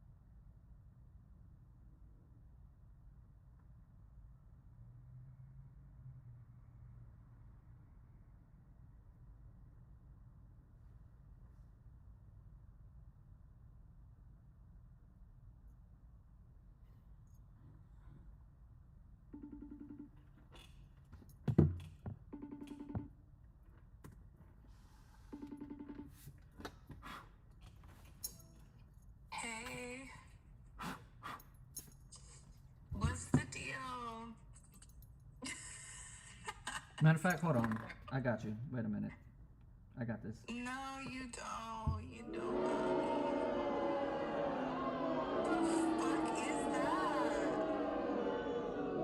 What the fuck is that? What are you doing? Okay, right back at you. Chat, she sucked, don't she? Chat says you suck. Do the crowd effect now. What's going on? Gotcha, bitch. Oh my god, I think that's the most I've laughed in the last 3 days.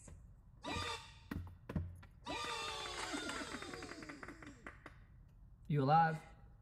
I'm alive. I can't see fire. I threw away my vape and everything. I was going through a crisis. Trying to get through a crisis, huh?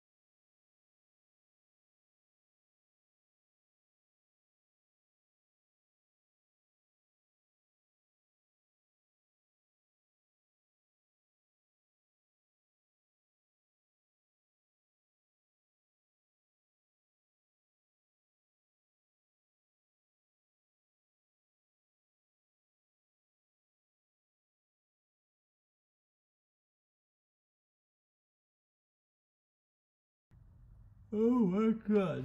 Pardon me. Guys, I'm yawning, bro. This shit's so goddamn dry. This motherfucker's so goddamn dry.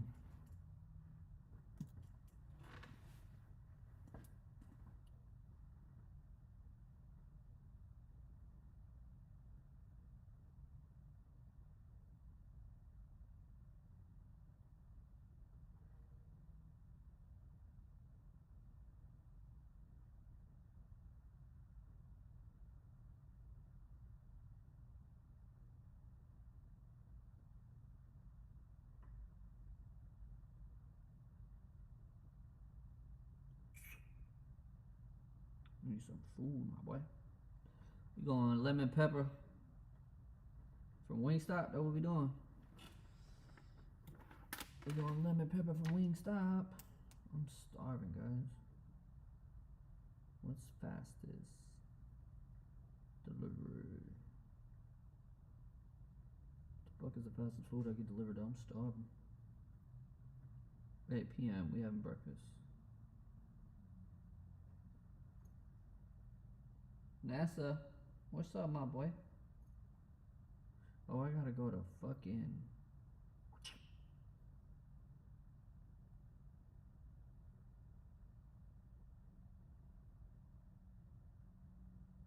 I gotta go to Home Depot, bro.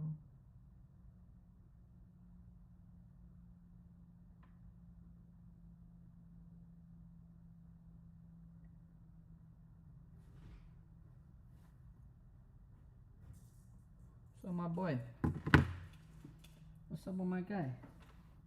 Huh? What's up, dude? What's up, bud? I know, you don't feel good. You don't feel good. Wanna go outside? Wanna go outside? Come on, let's do it. Chat, I gotta take my dog outside. So I'll be back. I'll be back.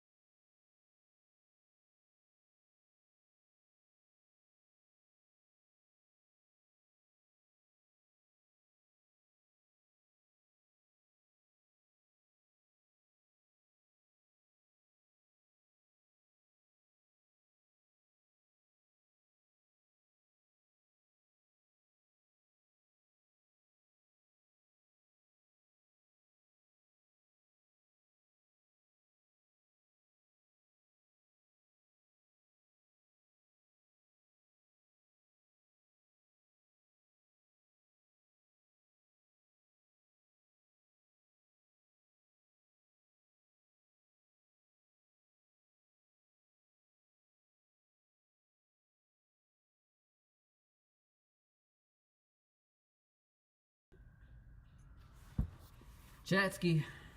My phone just died on me, dog.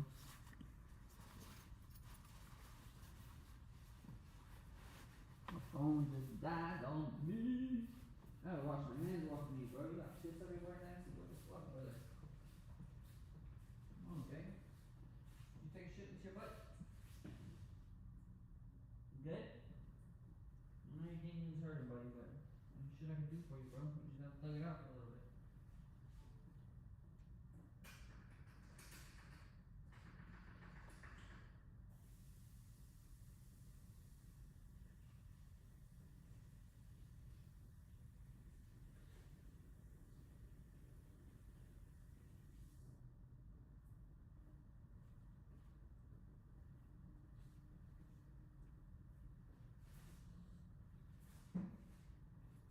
What are you doing?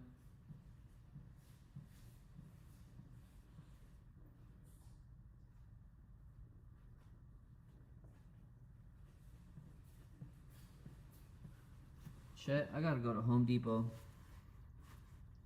I gotta buy paper towels and disinfectant wipes and something to mop with. Son of a bitch. I'll be right back, you guys.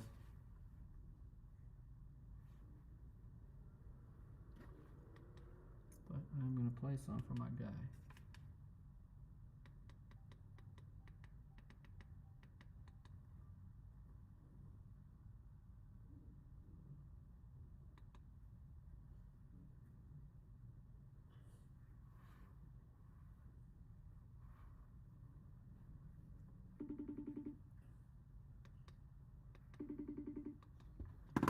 I met old boy from No Jumper literally at a party, like doing. I'm like, here, you want a bump? And what, he just like, "Dad, like, you want a job? You're a funny guy." Like, great interview, bro. Nah. I do my like 8-9 times a day, right? I was beating that dry, bro. Yeah, like, I feel like honestly, my hands are just naturally clammy. Like I don't need to go. I was getting caught robbing people, just stealing and doing all. I was getting caught all the time. No, listen. High Rollers is the name, bro. Trust me. So you focus on making the I'll cook it up. No, but like, bro, I have to show him so much love, bro, because he literally changed my life with that one phone call, bro. What for the guests? What is your? I chat GPT'd you and I was like, what is his career path? Like, I'm trying to come up with an intro. Podcaster, clothing brand owner. Hell yeah, rapper. So what is the official LinkedIn career path for what you do? Oh, man, honestly, I'm a man of many different hats, not just this capital one that I'm wearing. You feel me? I started off doing music, so I would say rapper first.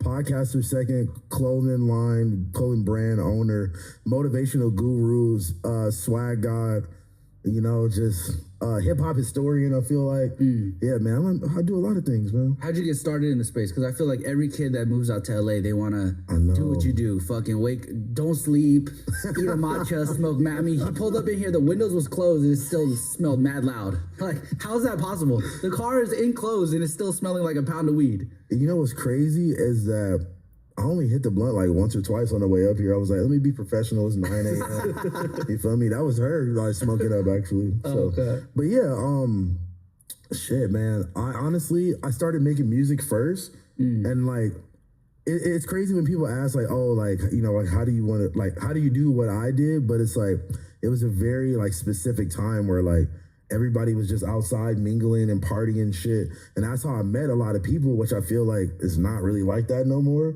So it's like, you have to adapt with the times. And like, yeah, I met a lot of people and gained a lot of connections by literally just being outside. Just partying. And like face to face. Yeah, and like even if it was like people that I knew already, I would like, meet them and, you shaking hands and rubbing elbows is what they call it. You feel me?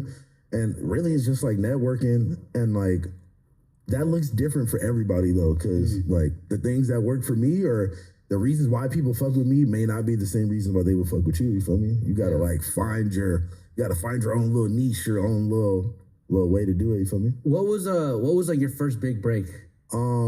First big break. All right, so basically I started rapping kind of as like a joke. I used to, not as a joke, but I was ghostwriting for a girl that I went to high school with. Like she wanted to be a rapper. Her brother-in-law had like connections in the music industry. she was getting beats from like Sunny Digital, all types of shit. And she wasn't a rapper though, right? Yeah. So I went and like I was helping her write, and she kind of just gave up on it. She was like she wasn't really fucking with it. She wasn't trying to like put the work in for real. Like she just wanted to be like a cute girl on Instagram. Like she wasn't really trying to be a rapper, you feel me? Mind you, this is like 2014, so it's like, what are the odds anyway, you feel me? Yeah. So basically I started making my own music from there, because at that point I was just writing music from like a girl, like on some Lil Yachty, how he wrote Act Up type shit. Yeah. Like I'm writing like bad bitch music for her. You're writing like essentially like girl music, like from a perspective of a girl. And like she had this song called Coconuts. I didn't write this one, but like the hook was like, fuck it up. Make a nigga nut, something, milk my coconuts. Like that was like her like breakout, her first song. And Sunny Digital made the beat actually. Oh my god, man! Listen, if y'all go look up Champagne Cherub on fucking YouTube, Coconuts.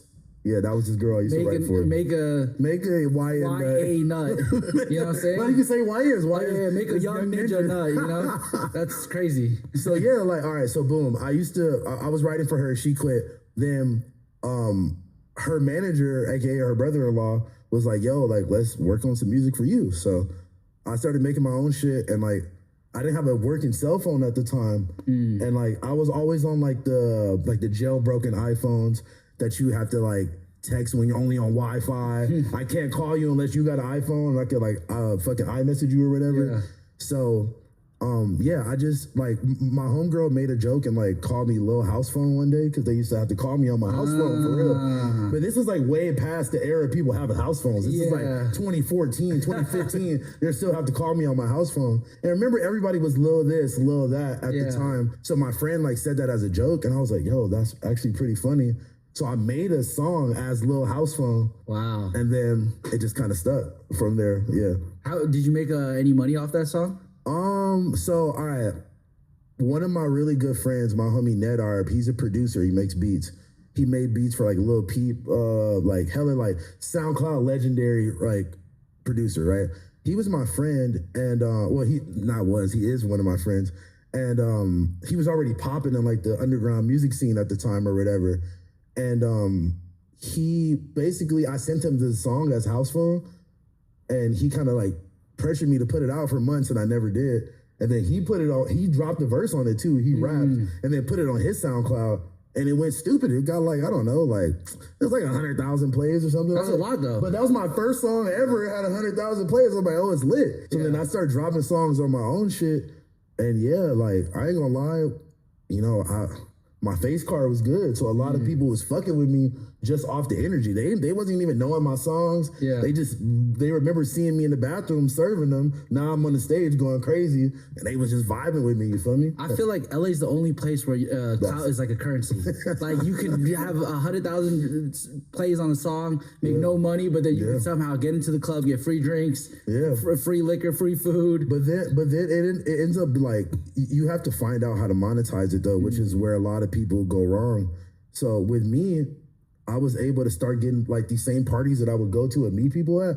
I was starting to get booked there. So it's like I had a reason to be there. Now I'm getting paid to be there. Now my name is on the flyer. Who's paying you? The club owner, the promoter? So there was a whole party scene called Ham on Everything out here. And it was like, you know, like they would kind of like have like a lot of big rappers' first LA shows was like through them. So I remember like 21, they had 21 Savage in like a fucking ran down warehouse where like the stairs are about to fall. Like early yeah, 21? Dude, like this is like red ops, like 21 Savage, you feel me?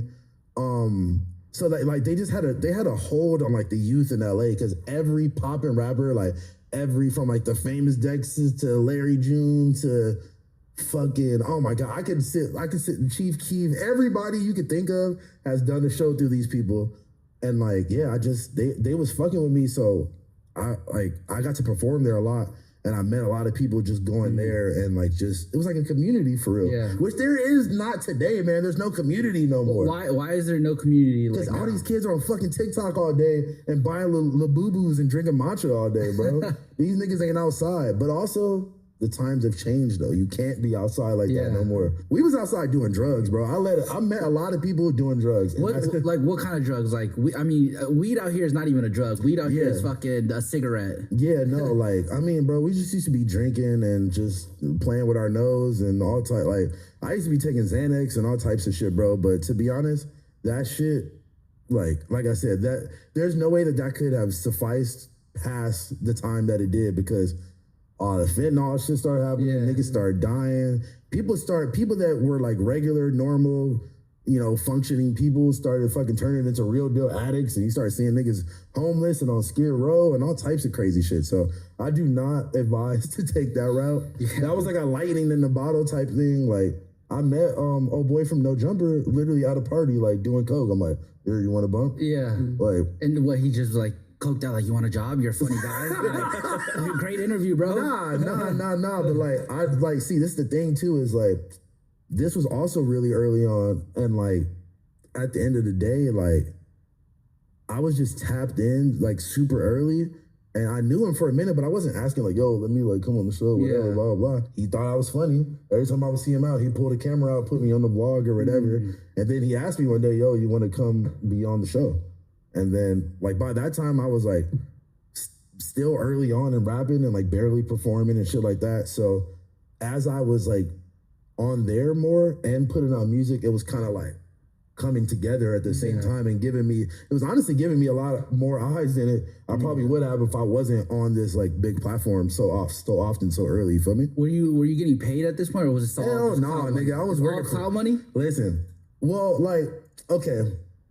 It was beneficial for the both of us at the time, but I definitely was not getting paid like handsomely or anything like that for a while. Like he would like Uber me because I stayed in the hood on the whole other side of town. So he'll Uber me, he'll get us some Uber Eats. I'll come do like an interview or something.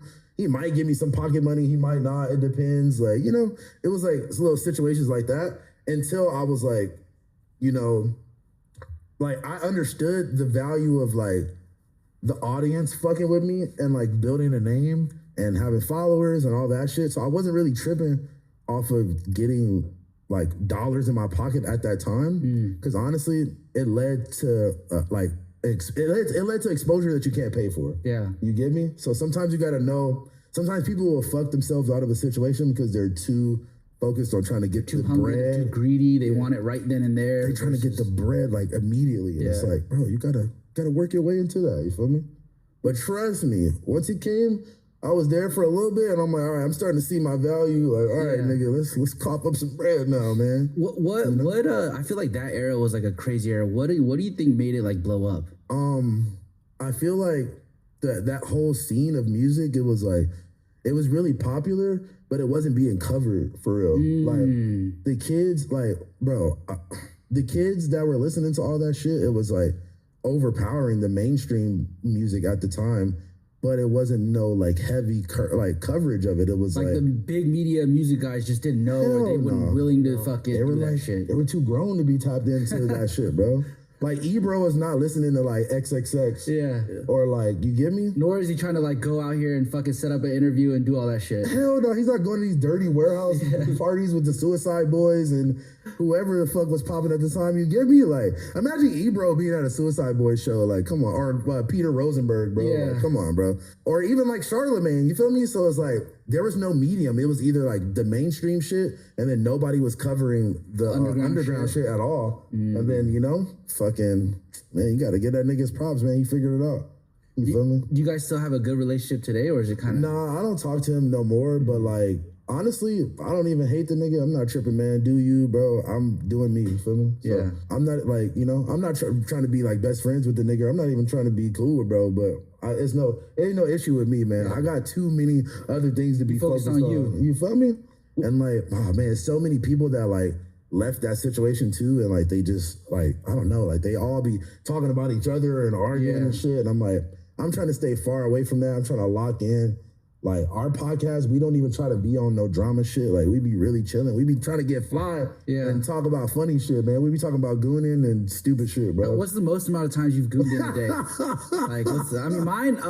I say it all the time is 9. Like my shit was so bad. Bro. Okay, so I was on house arrest. My shit was so bad. I gooned my shit like 8-9 times a day. Right? I was living on my. This wasn't even like a special occasion. No, I was on house arrest. I was depressed. My mom walked into the fucking room. Oh my god! And I had all my windows shut, and she just walks in. She's like in Korean, she's like, "What's that smell?"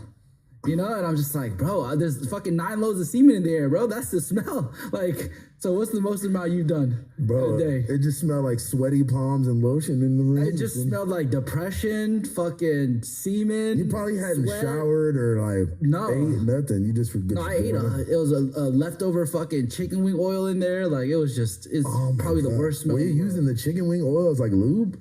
I might. It was bad. Bro. Were you even using lube, or were you just raw dog? No, I was raw. I was beating that shit dry, bro. Yeah, I feel like honestly, my hands are just naturally clammy. Like I don't need to go lube up I feel like that's treating yourself a little too much. Like what you gonna do? Set a candle and like light a candle and bust out some fucking jergens? That's what he does. He sets you the don't mood. use lotion? No. No, you seem like a mood setter for sure, bro. You're definitely. I'm not just raw dog, like dry. Okay. He's got the Baccarat candle. He puts on the music. You got some Aesop hand lotion. If you beat your dick 9 times with no lubrication, bro, your dick's getting fucked up. It's calloused, yeah. Safe as fuck, bro. Yeah. Your shit's looking like you just did like 500 reps at the gym. You just ripped your hand open. I mean, when you're depressed, it's like, bro, it doesn't. I feel you. Know what I'm saying? You're depressed. Like I was lost. How old were you when you were on house arrest? I was 22.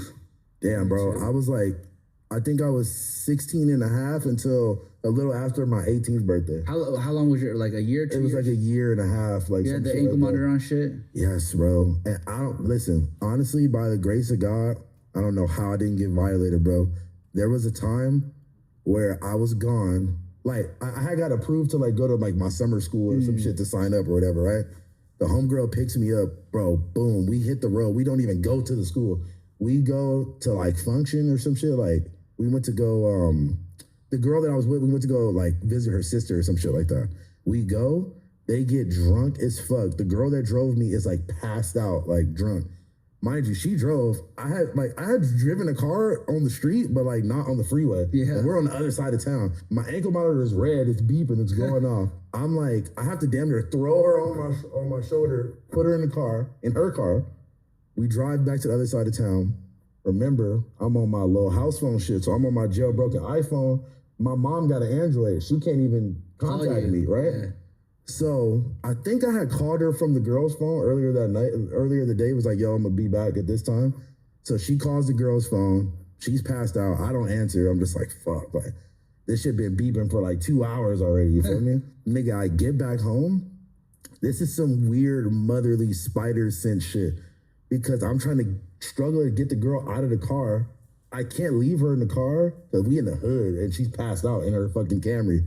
So I can't leave her in the car, but then also like my mom is about to freak the fuck out. You feel me? Like she don't know where the fuck I'm at. But I'm just gonna, at this point in my head, I'm like, fuck it. I'm gonna just get her out the car and I gotta take her upstairs. Like that's all I could do, right? Bro, as I'm struggling to get her out the car, I don't know how, but my mom must have just had some sixth sense that we were in the front. She comes out the front of the apartment and is just like, what the fuck are you doing? Are you fucking stupid? Da, da, da. The drunk girl tries to snap back into it. Like, no, like, it's okay. It's okay. I'll drive home. I'm like, Mom, we got to let her in the crib. Like, this bitch is going to die out here. Sorry, excuse my language, but I'm like, something's going to happen to her. She's too incapacitated. You got to take her in the crib. And she was mad, but she let her in the crib, let her sleep on the couch. And your PO and your house arrest people didn't say nothing? I swear to God, I don't know what happened. I don't know if maybe like the goddamn power had went out and it like reset or something, bro. They never called. They never said nothing, bro. That's crazy. That shit was fucking beeping for 2 hours, bro. Yeah. I thought I was going to jail for sure. How does that work? Like when you were on house arrest too, like if it beeps for too long, do they just call you? Bro, my shit was different. I feel like LA, there's so many people on house arrest, they can't even keep track. You know what I'm saying? There's fucking 5,000 people on it. But for me, I was, my house arrest was like, this old white lady and she's probably tracking like 3 people. So like my shit, if it wasn't charged and shit, she'd be calling me. She'd be like, I need you to go charge it. So I'd have to like sit down next to the fucking outlet and charge that shit. Like, bro, that shit was terrible, bro. Yeah, showering with that shit, even sleeping with it, it's just like hindering you in life. You feel me? The worst was I used to go play basketball at Lifetime, and you're playing no games. Yeah, like I played in the suburbs. There's a bunch of Asian people, a bunch of young ninjas and shit. So my YNs. Yeah, my YNs, and they would just be like looking at me like, dude, this guy's crazy. Yeah, I didn't grow up in the hood. I grew up in a nice community. Yeah, you know? so you were the crazy one then. They're like, I was the crazy one. But I'd be getting mad layups and shit because they don't want to guard me. Yeah, because they think you about to up blink on them. Yeah. If you fucking if they foul you or something. Which you might have. I don't know. You kind of give me young ninja vibes. Me? I'm a nice kid, bro. I was always nice. Even when I was selling weed, I was a nice guy, bro. I be peeping y'all on the gram. I've heard your gangster tales on the gram, bro. Bro, I was never a gangster though. Like I was never like in a gang. I was never. No, but like I've heard like I was the nerd. Here's the thing. Okay, so when I was doing that shit, I went to Forever 21. So when I met my plug, right, he came to Atlanta. This fool was wearing Dickies, high socks, and Converses. I was like, bro, you are gonna get locked up out here. Yeah, like I was like, you look like that shit out here. We would go somewhere, and the bartender would be like, hey, bro, fucking, let me get your number. Like, I know you got that shit. And I was like, bro, you're asking for it, right? Yeah. So I took him to Forever 21. I was like, bro, wear you a polo. And then we went and bought fake glasses. I got fucking textbooks. And I was like, put the textbooks in the front seat. Fucking cover your tattoos. Don't ever wear Dickies around here. And just like play the part. He was from LA? Yeah. He had to be. I'm like, that's some LA. Yeah, so that was my role. Is like, I was never like a gang member. I was never into that. Like, he was the muscle. I was just the nerd that just did all the bitch work. I see what he's saying though. Like, you got your energy. You can. Yeah, but if I ever pull up to his real friends, like I'm probably staying back. You know, like Hasso got the real. When I meet Big Phone, like I'm chilling, bro. Nah, but honestly though, bro, I hang out with a bunch of nerd niggas, bro. I don't even be. I'm the nerd nigga, bro. I just was like, I was a little rebellious, but I wasn't even like.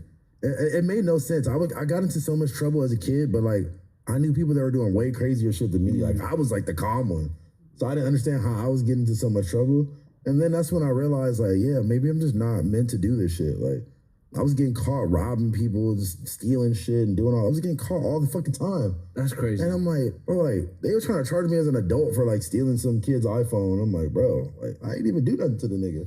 I ain't hit him. I ain't pull out no gun. I didn't even have a gun. Yeah. Like, we was robbing niggas with BB guns, bro. When did that shift for you? When did you go from like living that lifestyle and like doing that to like, yo, I could actually be a content creator. I could actually like be myself and make money. It did not like, it didn't like, I don't know. It's so crazy because I meet a lot of kids and they come up to me with like this plan or like they feel like they've had this shit planned out their whole life. It feels like damn near.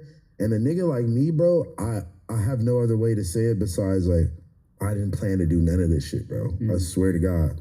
I literally, I used to watch podcasts. Like, there wasn't that many even rap podcasts when I first started watching them. So like, there was not like a thought of like, oh, I want to do that one day. Like that wasn't even, bro, the first time I was on camera was in 2016, bro. Like how many rap podcasts were there in 2016? Like there was none, you feel me? Yeah. So it wasn't something that I ever thought about. Even when I was making music, bro, everybody that I grew up with, like all my YNs know everybody wants to be a rapper at one point. Yeah. All your homies, by the time you're in high school, have at least been to the studio and made one silly ass song or something by that point. So like, I don't know, like I wasn't planning on doing this shit, bro, which is why I feel blessed and I feel like, I don't know, like some shit it was just meant to be because I don't know how I even ended up doing any of this shit, you feel me? But it made sense. Yeah, like it made sense for just my personality, but I didn't have some game plan of like, okay, I'm gonna start rapping and then I'm gonna do this podcasting and then I'm gonna do a clothing line. Bro, I've always fucking liked shoes. I've always been like a sneakerhead. I've always, like, I used to sit on the fucking blogs and on like fucking Nike Talk and Hypebeast, and I would be sitting there looking at every release with $0, zero income to afford any of them. But I would be up on it, you feel me? Yeah. Like, when I did get something, I would, like, open up the box and look at the cards and, like, bro, I feel like I learned color theory by just buying so much random shit and reading the fucking, oh, this is a seafoam teal. Like, oh, this is this color magenta or whatever. I don't fucking know. Like, I learned shit by just being a fucking student of this shit. And that's where y'all young niggas be going wrong, man. The YNs don't be doing no research, bro. You gotta know the past to know the future. You feel me? They don't be doing their homework, bro. Not at all, man. Not at all, bro. Can you talk about your clothing brand, High Rollers? Man, listen. First of all, before I say anything about High Rollers, man, I gotta give a big rest in peace to my motherfucking twin, my brother, my boy, John Koo, aka Long live Koo, Mr. Made himself, man. Because if there was no Koo, there would be no me or you. Feel me? So how did you meet Koo? If you guys don't know, Koo is the owner, founder of Made Apparel, which is one of the best blank companies. It's one of the best blank companies. They do. If you smoke Reggie like trash weed, you don't do Made. But if you like the gas, the Primo, the smelly shit. If you want that Zaza blanks, it's Made. You gotta go Made blanks, man. For real, bro. And it's even crazy because, dog, I've known him since 2013, 2012, maybe even. From where? House party? Don't tell me he was doing gator tails with you in the back. Nah, but I definitely met him at a party for sure. Like after hours, like 3 a.m. function type shit. And we end up like staying the whole night. Like our whole little group, we end up like hanging out the whole night to the next morning. I probably thought I was never gonna see this dude again. And then we kept like, what it was, I forgot. So at the time, I was working 2 regular jobs. I was working at PacSun, and I worked for this nonprofit called Save the Children, where, are you guys familiar with canvassers? Where like the people, they like stand on the street and they be trying to like get you to do a survey or get you to sign up for something or whatever. So this one was for a nonprofit where basically you would like donate to a kid in like an impoverished fucking country, and you would be like their pen pal and get updates on them and be like, Johnny, they finished building a school in Johnny's community, and like, oh, you're $30 a month, saved it. And you get pictures of them and shit. So I was working there in Santa Monica, and Koo lived in Santa Monica. Like he was, oh my God, he was Santa Monica baby, bro. He was like jogging at the fucking beach at 5 a.m. surfing. Yeah, man, all of that. So we got close like after that night because I would always be in Santa Monica and I would hit him up, you feel me? And we just, man, bro, we just used to be kicking it. And I remember he was he had first started Made as like a brand, you feel me? Yeah. But it was like a graphic brand. He had the 3M print. I remember. And listen, he always had to create this 2 things he always had. The best fit and the best colors and patterns of like these matching sweatsuits with the little Made logo on the titty and some reflective Made going down the arm, bro. It was super fucking fire. Your favorite rapper was wearing it. Your favorite oh my God, Young Thug, Trippie Redd, Metro, Young House Phone. Nigga, he did you know what I realized when I was lurking his fucking page the other day, bro? He did a Goth Money Records collab back in the day that I forgot about, like some OG SoundCloud shit. Like, Koo is really a fucking legend, bro. And yeah, man. So it's crazy. So when I met him, like I said, Made was like a graphic brand, but everyone used to ask him like, "Yo, where'd you get those sweats from or the hoodies?" Like, fuck your graphic. We want the hoodies. You got a little secret pocket in the hoodie. Like, this shit's fire or whatever. And I don't know what exactly sparked him to make that change, but I feel like it was something to do with people just genuinely just asking like, where did you get these blanks from? Yeah. He's like, nigga, I was making this shit myself. What you mean? He was getting it custom made from day one. That's crazy. So, yeah, bro, I literally went with him to his first like agenda trade show. Like I went and helped him like fucking set up and was at the booth with him all day. Bro, I almost got him kicked out. Why? I was like, it was like some sock brand next to us, and I like made a joke to the guy. He got so fucking mad. Wait, what kind of joke did you make? Bro, this was like 2013. I don't know. I was really offensive back then, so I don't know what I said to him, but I know he was damn near trying to fight us. And like, I actually met Adam22 there too. This nigga was passing out a fucking, a business card with everybody he had interviewed on the card. Like trying to get sponsors and shit? I don't even know. He was just like, yo, fuck with my podcast. And I'm like, that is crazy. It was saying like Ian Connor, fucking Suicide Boys, like some random shit. And I was like, yeah, that was one of the first times I met him outside of a party setting too. So it's like, it's weird. Everything kind of aligns and comes back. I went to Agenda 2019 and that was my first time. I'm a little younger than y'all. And I was also just passing out business cards. But no, for what? But I was passing out cards. Okay, like, how long y'all been doing this podcast? So a month. Okay, so imagine you go to the next agenda and you have a business card with all the interviews you just did in the last month on there. It's like 4 people. Dude, that's what I'm saying. It was only like 7 people on there at that time. So I was like, dude, that shit's hella funny. But so anyway, it's crazy because Cool was going up with the made shit. I'm finally going up with the rap shit. Like I'm fucking touring. I'm fucking playing shows everywhere. Like my numbers are getting big. Like whatever. It's like we kind of had a similar trajectory, and we always just vibed so much, bro. We always liked the same shit. We fucking wore the same size shoe. We'd be buying and trading shoes off each other. All that, like misunderstood. You feel me? No, literally. The black sheeps of the family for sure. Yeah. Bro, we would go skating around Santa Monica. We go to Fred Siegel. We go to Barney's, like whatever. Like, bro, that was really my nigga before some business shit. And like I said, I was lurking his Instagram back the other day, bro. I'm looking like, bro, every like album release show I had, he was posting it on the Made Instagram. Every fucking show I did, he's like, yo, house phone show, pull up.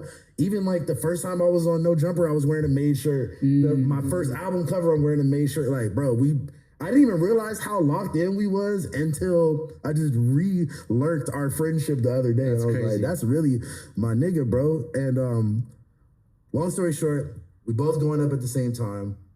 COVID happens. Made has already been a staple by this time for years at this point. He's meeting so many people that's coming in and out. I'm not gonna lie, if y'all know, if you know, you know. If you ever had any experience with Coob, met him in person, sometimes he was a very no-nonsense, like, taking no bullshit type of businessman, you feel me? Yeah. And especially that's the Asian in him. Bro, listen. That's the Asian guy in him. And look, at that time too, bro, he's doing like Chinatown market orders for Foot Locker. They need 20,000 hoodies and 30,000 sweatpants. And then you got some like too cool fashion dude like, yo, like, let me get 50 hoodies, dude. Like, let me get 100 hoodies. So Cool was kind of like, man, get the fuck out of my face, you feel me? So he was kind of blowing his, it's funny because I would always tell him like, bro, you can't be like that. You never know who you're talking to or like what could come from what. Like, just, you know, like I used to tell him that all the time. Give him 10, don't give him 50. You know, like so look, so then I guess somebody came into his warehouse one day and was like, you know, trying to get some hoodies while he was busy. He was kind of blowing them off. The guy's walking out and he's like, by the way, I used to work with Greedy Genius and Creative Recreations. So if you ever try to make a sneaker, let me know. Y'all know what those are? Those shoes? Okay. But yeah, you was around for Greedy Genius. I don't know Greedy Genius, but I know the other one. The Creative Rex? Yeah. Okay. They're both like random, like. They had their, like, it was like the Justin Bieber era. Yeah. It was like a certain silhouette. Like a shoe brand? It was a shoe brand, but it was a certain look to the shoe brand. It was like, they had like these straps in the front. It's like a bootleg Margiela kind of. Remember when Margiela had the boot with the strap and shit? Yeah. It was kind of like it was like a sneaker version of that. Yeah, it was a sneaker version. And then Greedy Genius was just like another fake babe type situation too. Back in the day, you had to go outside in the streets to find out what the trends were. But today, you can use an app called Particle. Particle is essentially a software where a bunch of nerds come up with data all over the internet to give you guys all the trends. I didn't believe in myself, so I put in my own store inside of Particle. And guess what? It was correct. It spewed out that we were doing $12 million a year in sales, what our best-selling products were, and what marketing campaigns were working for us. Listen, you don't need to be outside no more. All you need is Particle. You know we stay giving y'all a free game? I don't know why you wouldn't use Particle to spy on your competitors. It's one of the best apps out there. Make sure you go check it out. Don't be outside. Be inside, on the computer, doing your research, learning about the business. So that way you can beat your competitors. That's what I do. I don't be outside. I be inside, shooting this ad and giving you guys free game. So yeah, anyway, so the guy was like, yo, like if you ever want to make a shoe, you know, let me know. Cool calls me and he's like, hey, like what do you think about making a shoe? And by the time we got off the phone, we came up with a name, like silhouette, and we started talking about colorways, like first combo. So it was just naturally just fused, bro. It just made so much sense. And it was so easy because this had been my friend for so long. So it's like, if you going into business with somebody new, you'll maybe kind of be you like, don't trust them. It's a little weird. But not even that, but maybe you would just be that too. But maybe you would just be like, you don't know how to say like, oh, I'm not really feeling that. Like that shit's whack. You feel me? But nigga, this my boy, bro. This my boy. So I'm like, hell no, nigga. Cause it was like the first name was either between like Jackpot or High Rollers. And he was like, I don't know. Like, I like the Jackpot. And I was like, bro, no, listen. It's like, I'm black. I know what's High Rollers is the name, bro. Trust me. So you focus on making the shit. I'll pick it up. No, but like, bro, that's why I genuinely have to like, bro, I have to show him so much love, bro, because he literally changed my life with that one phone call, bro. And like, obviously I have been successful in other areas, but like, bro, that was like really the thing that like set shit off for me for real. And like, dog, like, this podcast is sponsored by Made. I'm actually wearing Made right now, as you can see, these sweatpants. These are the best sweatpants. I've had a lot of sweatpants in the world. This one right here, I washed multiple times, doesn't shrink, has a hidden pocket, the most comfortable sweatpant in the world. Long live Coup. Hell yeah. If you're a clothing brand owner, you need blank, Shop Made. If you're a fucking regular guy and you want like dope clothes, Shop Made. Like all dot made on Instagram, man. All dot made. So yeah, bro. Yeah, man. We were just super locked in, bro. And like even as far as Made, like just seeing how many people he was able to touch with that shit, and how many brands like really went through him, at least like, you know, in the beginning eras or whatever. It's like he helped out so many people, bro. He was really about it too. That was the other thing. It's like there's not a lot of Asian people that are in the space that really care about like the community and the culture. They're really just like, hey, how can I sell this to the culture? How can I profit off of it, right? No, that's a fact. He was like, but that's not even just like that. That's not, you can't even put that into one box of one kind of people. That's just, nigga, that's everybody out here trying to figure out how to sell some shit and all that. You know what I'm saying? Like he was a real artist. Like he was a real artist in his own way. And I would butt heads with him too. I'm like, dude, you're so fucking misunderstood. Like if I'm texting you about this order, like I need you to reply. Like, cause I'm more of like the numbers. Like I need to take care of my numbers. And I would get frustrated, but looking back at it, I'm like, damn, that's kind of like what the blank space needed. You know, it was, bro, he fucking pioneered it, bro. He did. Like nobody custom dyes, the custom washes. Nobody had even came close to even doing no type of like. He's like the direct competitor of American Apparel or Los Angeles Apparel. Yeah, like dead ass. Like the new wave of it. The new wave. And bro. he doesn't. And he's not creepy. You know? And he's not on some dove short. Hey, listen, I'm not gonna lie. Nah, that's too controversial, man. Listen, I'm not gonna fuck it. I'm gonna let it fly. Listen. I know he was on some weird shit. I seen the Netflix documentary. I knew about this before the Netflix documentary. Everyone knew about it. Yeah, well, like we did in our space, but like I feel like I had to do some deep diving to even find YouTube videos about this before the Netflix documentary. Yeah. So like, bro, yeah, he was riding on it's like that Diddy level high of just like, I'm unstoppable. I'm unstoppable. It's always a gray area, and that's where shit gets tricky. Yeah. Because it's still the power dynamic of him being the CEO and fucking hiring and fucking the employees and being like, oh, like come stay at my house. Nigga, he had a crib right here somewhere, like up in these big ass hills. Like these young ass, like 19-year-old fresh off the fucking plane from Kansas ass bitches. Bro, think about how many people he pissed off in the process just because of his attitude and the way that he would like lash out at people. So even if you were like teetering on the line, your attitude and the way that you carry yourself and the way that you treat people is going to override any like positive experiences they have with you. And they're going to, especially it's like a big, bro, everybody wants clout. Everybody wants their 15 seconds of fame. Bro, it's a big ass story. You know, especially when motherfuckers start doing lawsuits and people's money's talking and getting involved, nigga, they're gonna band together and be like, we always hated you. You always were fucking weird. Yeah. You were walking around the fucking office in your fucking boxers. Hey, to be fair, I did that. But there's no girls here. It's just 4 dudes. So, you know. You do that. I do that, you know. I mean, look, like he could fucking be trying to sue you next year. Yeah.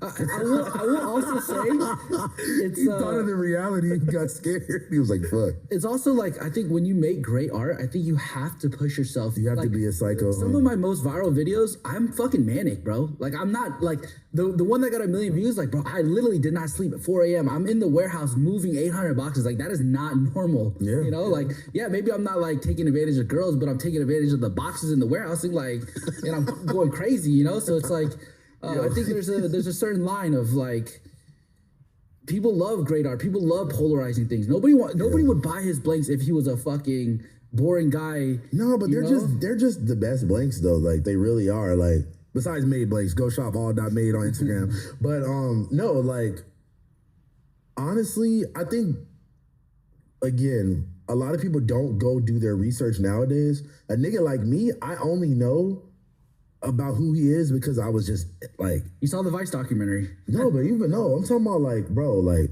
even when I was like 16, like taking the bus to go, like I remember when I first went to the like whole big ass warehouse, pink building and shit. I'm like, bro, it's a story here. They making the shit here. You could go upstairs to like the sample sales and get like a little shirt that got a little rip in the arm for like way cheaper. I was always impressed by that shit, which made me look into who this person is. And I feel like, honestly, even though a lot of people know about him more now, but it's like people still don't be knowing like everything. Like it's like a niche. It's like a super niche. Yeah, so y'all think like people that buy LA apparel, the average person, they don't know who the fuck. And they probably don't even know that this used to be American apparel. Yeah. Like people don't put two and two together, bro. Yeah. Common sense is a lot less common than you would think, bro. Honestly. True. I feel like you've lived a long life. You've done a lot of things. Hell yeah, bro. Last question. If you could go back to the 18-year-old version of yourself, right? Mm-hmm. You're fucking on house arrest. You're going to parties. You're doing fucking gator tails with Adam. You're, with the biggest rappers. You're making cool shit. Like, what's one advice you would give yourself? Honestly, bro, I would have to say, don't change none of this shit, bro. Like, because I wouldn't have learned the lessons that I learned at the time if it wasn't for things going exactly the way that it went. You feel me? And all the trials and tribulations. I will say that, one thing I wish I would have maybe like stopped partying so hard earlier and like focused earlier, because I feel like I would have been way further ahead than I am now. But I feel like I had to go through those lessons to be able to be sitting here and be the man that I am today. Because if I would have made a bunch of money and got like famous, and even if I had the access to the money that I had now back then, I would have fucking OD'd on accident or something. Like I had no structure or no self-control. So I had to learn those lessons before God's able to bestow the real blessings that he has in store for me. You feel me? I had to like become this version first. So, make your mistakes. Don't harbor on them too much. What's in the past is in the past. All you can do is focus on the future, my boy. Yes, way. We stay giving y'all free game. Free game. Yes, way. And listen, if y'all want more free game, tap into the biggest bros, man. Reconnected every Thursday. Our podcast on our channel. Make sure y'all tap in. High Roller 777 on Instagram. House Phone D&D on Instagram. House Phone D&D on Twitter. Y'all know what's going on. Let's Make sure you buy some made blanks too. Hell yeah. Long live Koo. Long live my boy. Link in bio.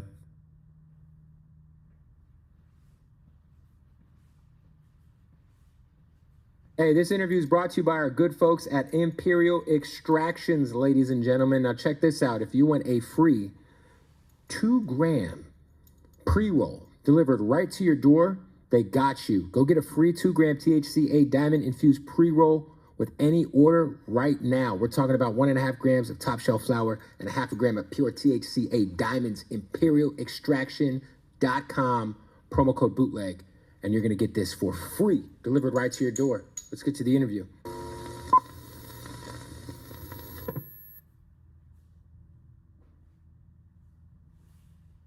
What's your favorite Disney movie of all time? The Little Vampire. You talking about, I don't know The Little Vampire. Transylvania? It's kind of old. It's about the kids. I think he stays in Switzerland or some shit. And the little... It's a Disney movie? I watched it on Disney when I was little. Oh, shit. So we're like far apart in age. Well, not too far. 12 years. I don't age myself too much, but when I was growing up, it was Lion King, Aladdin, Toy Story. Those are the ones. Wait, so Toy Story that old? Oh, yeah. Thanks, buddy. Damn. Oh, I'm sorry. I apologize, man. No disrespect. No, it's all good. I'm old as fuck. I get it. I'm washed, man. Yeah, Toy Story's that old. The first one, at least. So how's the bread? Whatever age you is. So no. Do you wanna wear that? The first Toy Story came out probably when I was like, I want to say like 8 years old, maybe 9. So it's definitely old school, but I don't know. You got it. Go put it on, man. Show everybody my fucked up hair. You've been a bully. He's fine. Babies are gonna baby, man. For you, man, talk about fatherhood and how obviously you do have a lot of children, and I've been around you to see in a short amount of time that you're a great father. How important is fatherhood to you, man?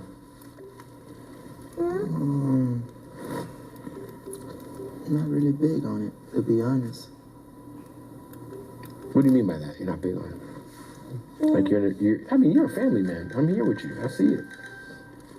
Yeah, but I'm only like in here because you here. Oh, well, I don't believe It's a crazy topic because I'm not the type like the sugarcoat nigga. But I'm 4 walls all day, every day. When you say 4 walls, you mean locked in? Yeah. Just honed in on the music, recording? Yeah. You can take the hat. I don't mind. We bond a lot, but I'm mostly literally inside. Working? No. No matter if I'm watching TV, I'm just sitting there all day. I'm stuck inside just one room. I don't really travel this house like that. So even in your own home, you'll be stuck in one room? Man, I don't know. Like, he wants the hat, he can take the hat. Jason is dude. Let him take the hat. He wants it. You can have it. So even at home, obviously we're in a beautiful house right now. You have a beautiful home.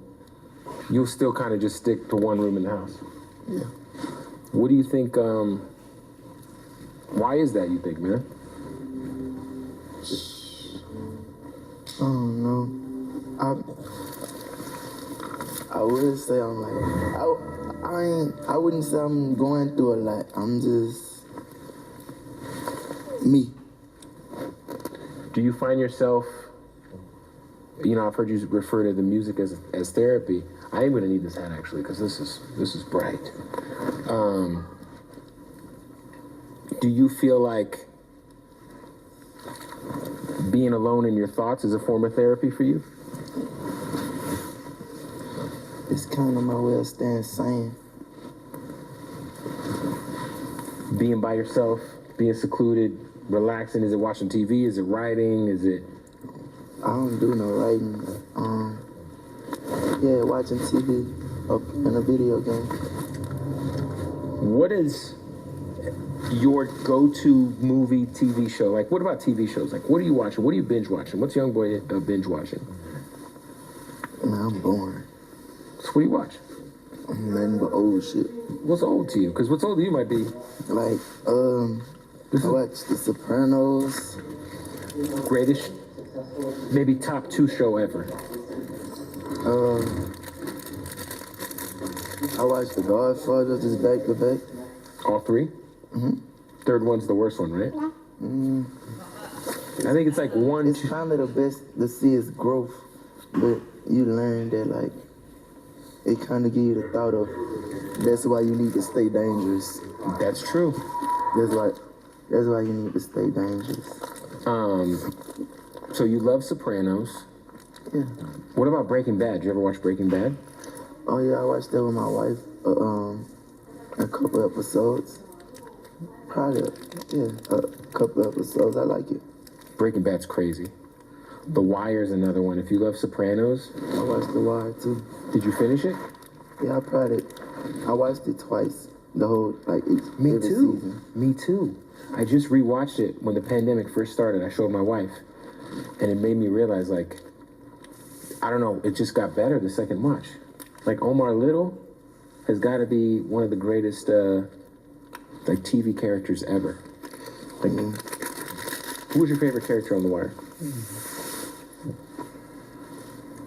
Bodie. Bodie, man. The story of Bodie, man. Shout out to Bodie. And he lasted so long in the show, too. Yeah, he just ain't catch his cut at the right time. He didn't, man. That's real.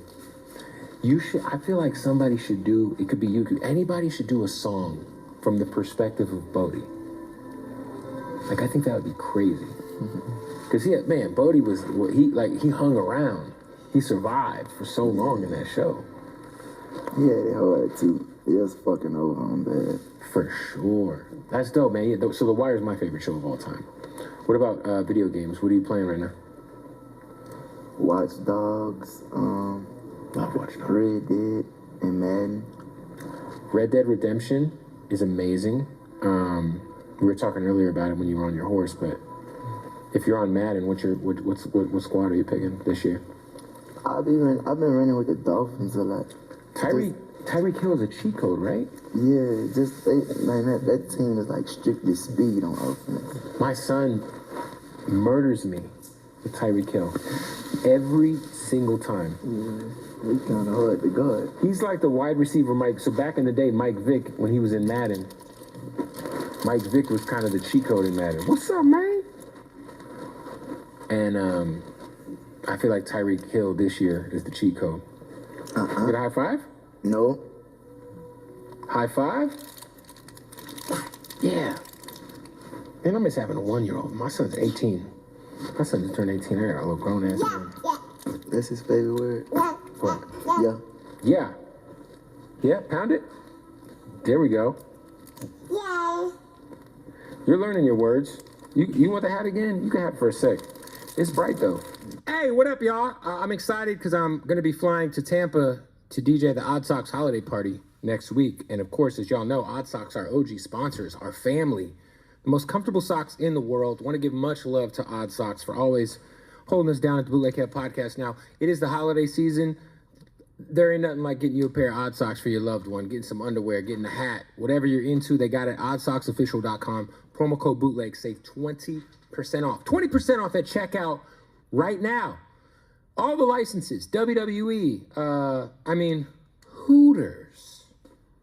Oh, some Hooters underwear. Let's take a peek at these, huh? Bunch of fucking owls all over here. There we go. I like it. What about Chucky? Ain't that like some Chucky socks during the Christmas, you know? Hey, whatever you're into, they got it. oddsocksofficial.com. Use the promo code bootleg right now. Save 20% off and enjoy the most comfortable socks in the world. Also want to give a shout out to our family over there, King Palm. Now that's the thing about King Palm. What I love about King Palm, no tobacco, no nicotine. We're talking about straight, natural leaf, organic leaf. All right, and the cool thing is they got these terpene-infused tips. When I tell you they're terpene-infused, I mean it. Like, I love these ones. Shout out to Sugar Sean, almost fucked his name up. Sugar Sean O'Malley from Phoenix. He's got his honey orange here. How it works, you load that thing up with your cannabis flower. You got that flavorful tip inside. Bam. That's what it looks like when it's all done. It's like a work of art, ladies and gentlemen. It's a work of art. All right? Go to your local smoke shop. Wherever you're at, they got King Palm. Go ask for King Palm. Thank me later, okay? King Palm, local smoke shop, 7-Eleven, they got them. Or you can just go to the website. Check this out. Go to the website, kingpalm.com. Take care of somebody in your life that you love and get 50% off everything you order at kingpalm.com using the promo code bootleg. 50% off. That's half off. Half off, kingpalm.com. You see the brightness? Oh, thank you for putting it back on my head. You're so polite. Thank you. Thank you. Okay. I wonder, man, like, you know, when we think of like Mount Rushmore of this rap shit, and like I told you earlier, you've kind of done something that not a lot of people have done, and you've been extremely successful in a very shallow business. Without being, you know, kind of sticking to your beliefs, sticking to who you are the whole time. Are you kind of like self-aware to realize that like you are on the Mount Rushmore of like this hip hop shit that lasts like 10 years? Like you are like up there. You are the Pac of our generation for so many people. I never seen them said, so it's like I got a long ways to go. I don't know. I just want to go into they said. And it's molded. But who's they? The industry. Fuck. You know what the industry is? That's the people. I think so many people say it. Now, whether or not there are people who put together these end of the year rap lists and these quote unquote tastemakers, you have so many people, real people, going to work every day, taking care of their kids every day who say it. To me, that's the shit that matters. I be wanting a regular job sometime. Like a construction company. So I just sit in the office every day, just all day. Just relax, be a regular person? Yeah. So if you could do any sort of a regular job, it'd be having a construction company? Yeah. Could you ever see yourself retiring? Is that even something that you're 24 years old? You have, I don't even know how many albums at this point. A lot. Could you ever see yourself, do you have thoughts about what happens after rap?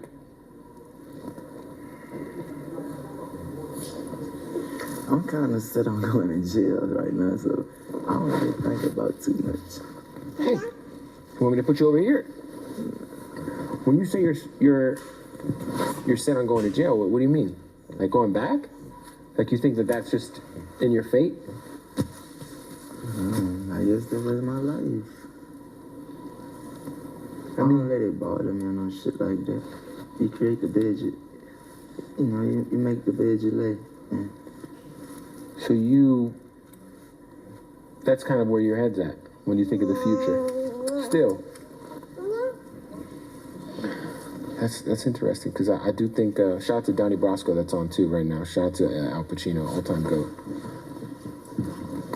Well, I think that you are somebody who has an immeasurable amount of influence and moreover power when it comes to this rap shit. Like, I had this conversation, are you familiar with the artist named Lil Russell? Lil Russell? He's from Oakland. He does concerts in his backyard. Independent kid. Whoa. Okay, but we were talking about it yesterday, and I was like, there's a few artists in this game who, if they went independent, could break the music industry and really kind of expose it, right? And you were one of those names. I think it's you, I think it's Drake, I think it's The Weeknd, who really have the power to kind of shift the industry. You've already done it in such a way, especially when it comes to YouTube. But, you're one of them, bro. You're him, bro. I think you definitely have a future outside of ending up back in jail. Hey, I real life hate this shit.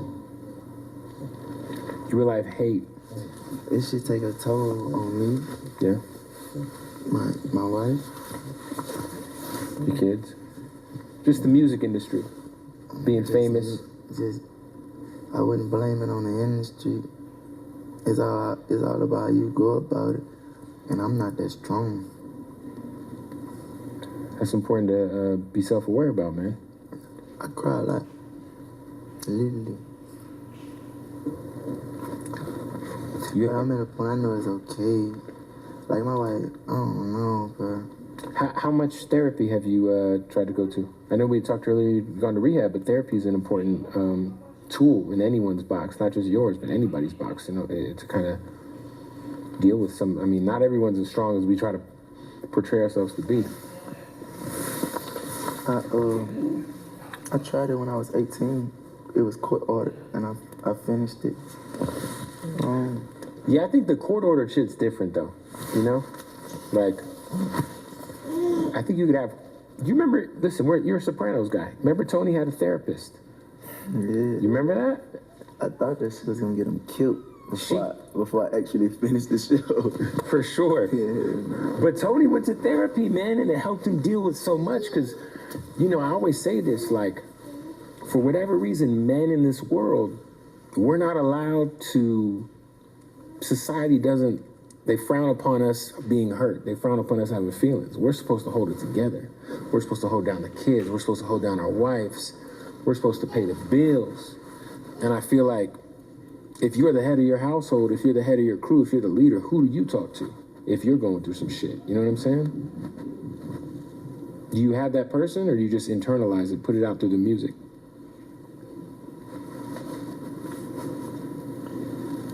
I don't even love music to that point no more where I run to the microphone. And no, I don't got that person to talk to. I think everybody should find that person. I think you should try to go back to therapy, man. Because I have it on this Saturday. Oh, you do? Okay. You got to be able to talk to somebody who doesn't already have kind of like their mind made up about you or who can't benefit off you. You know what I'm saying? So you can kind of get like you can kind of bare your soul to somebody. So. Ma, hey, I can smoke a cigarette here? I can smoke a cigarette right here? I don't give a fuck about this. I'm trying to move in the middle of the water, kid. Middle of the water? Mm-hmm. Island? No. Like. You want to be on a boat? Yeah. Nice. And the only way you come to me if the helicopter fly off that bitch and grab you and come back. I like that. Like, lately, I want to live on the water. But I really like this bitch, like, God, man, this bitch ain't even my playground. Right. Like, I have my own get shit like that. And other than that, like, yeah, I don't travel this house. That's crazy, man. So for you, like, because for people who don't know, you're very secluded where you are. When you say Gravedigger Mountain, like we're literally, there's a mountain. You have a mountain. It's your mountain. But for you, like, secluding yourself even more is interesting. Just getting a houseboat, getting a yacht. Hey, if you want to see me, these are my coordinates. Pull up on a helicopter and we ain't talking. I told my wife that last night, she asked me how I eat. Fish? I say fish. She said you can't eat fish all day. Yeah, you can. I said I get some food shipped to me, I guess. Yeah, you would have to, somebody would have to boat it to you. But that's not, I mean, I don't think that's unrealistic. Are you like, Hey, you could tell that I was smoke, like Dodo smoke coming this part. I was like, no, I could tell, yeah, for sure. This is the first time you smoked in this part of the house? Man, actually, when I was looking for my clothes, looking for this suit earlier, man, I walked out that fucking studio smoking a cigarette and I had to keep that door open. How long have you smoked? I've been smoking cigarettes since I was 7 years old. Damn. My dad was like that. My dad tells everybody I've been smoking since I was 8. You want me to give this shit up? My dad got arrested when he was 9. And I think he tried to burn down his house. My goddad, I think this nigga ran away from the army. But he can't, you know how you get a home pass, I guess? Yeah. And that motherfucker ran away to New Orleans because he didn't want to go back. So I guess during the time, like, as he was at the house, I used to be watching that nigga smoking cigarettes, and every time he throw that bitch out, I go grab it. Grab it? And you smoke what was left? Yeah. Damn. Yeah, I did that one time. My dad threw a cigarette down. I was probably like 7. And I remember I picked that bitch up, I took a hit, and I was coughing so much I threw up. And my mom was like, see? That's what the fuck you get, picking up a fucking cigarette. And ever since then, I was out on it, man. I was out on it. I just want to be better than yesterday. It's important, man. I know. And if I get this same amount of money and go away, I would. So for you, your interest, like, it's almost like if I can get to this certain goal, whatever it may be, you're comfortable with just disappearing. For sure. Once all this behind me, move to Europe or some shit. Once the legal stuff is out of your way, we might not hear from you. All this put behind me, oh, you gonna hear from me. But we don't know where you are. I think you always know where I'm at too. Okay.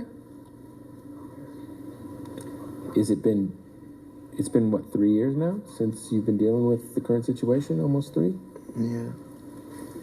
Is it wearing on you yet, man? I'm sure at times it's got to be tough to kind of just feel confined. I mean, obviously you have a nice place, but it's still... Yeah, but I got it better than so many people. For sure. Who are stuck in their apartment, who are stuck... Or stuck inside a fucking city going to the club every weekend. Yeah, the club, man. I don't get it anymore. I got everybody. I got everybody to approve who I love and who I like to be around. That's important. They come when I call. Now I don't wake up in no cell. No, you have a beautiful property, man. Yeah. You got beautiful animals. You got beautiful children. Your wife's here. Yeah. You got it made, man. Hey, we literally could hit that trail and go all the way behind this mountain. Hey, we got to stop the interview real quick, man. Shout out to our family at MyBookie. NFL season is winding down. You still got some regular season games you can get in on. Of course, the college bowl games are coming up. So much money to get. Plus, the cash prizes going down in their weekly blackjack tournaments at mybookie.ag. And this is what's going on, right? MyBookie's crazy because they're doing this. If you sign up right now at MyBookie, use the promo code BOOTLEG. All right? Claim your deposit match redeemable up to $1,000. That's right. They're going to match your first deposit up to $1,000 using the promo code BOOTLEG. Claim your bonus. NFL, college bowl games, so much going on in terms of what you're trying to get down with if you want to gamble, if you want to bet. All right, they got blackjack, they got roulette, they got it all. And of course, the best odds anywhere online when it comes to your sports betting needs. So one more time, sign up right now with that promo code BOOTLEG. And I'm going to tell everybody this. You're going to get your first deposit matched up to $1,000. I'm going to put my money. I'm feeling good about the 49ers future bet right now. Slam the Niners to win the Super Bowl. I think they're taking that whole shit. Bet anytime, anywhere with MyBookie. Also, shout out to our good folks over at Blue Chew. Make sure you go over to BlueChew.com right now. A lot of people asking me, yo, man, Blue Chew, does that shit work? Yeah, it works, man. Find out for yourself, though.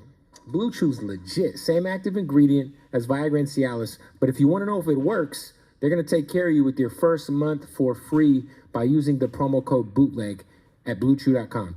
BlueChew.com, use that promo code BOOTLEG and get your first month for free. This is how it goes down. No awkward doctor's visits. None of that. If you're dealing with erectile dysfunction, you're dealing with too much stress, maybe you're drinking a little too much, you get the whiskey dick, I don't know, huh? Blue Chew got you, all right? BlueChew.com, promo code BOOTLEG. Sign up right now. Get your first month supply for free delivered right to your doorstep for only $5 in shipping.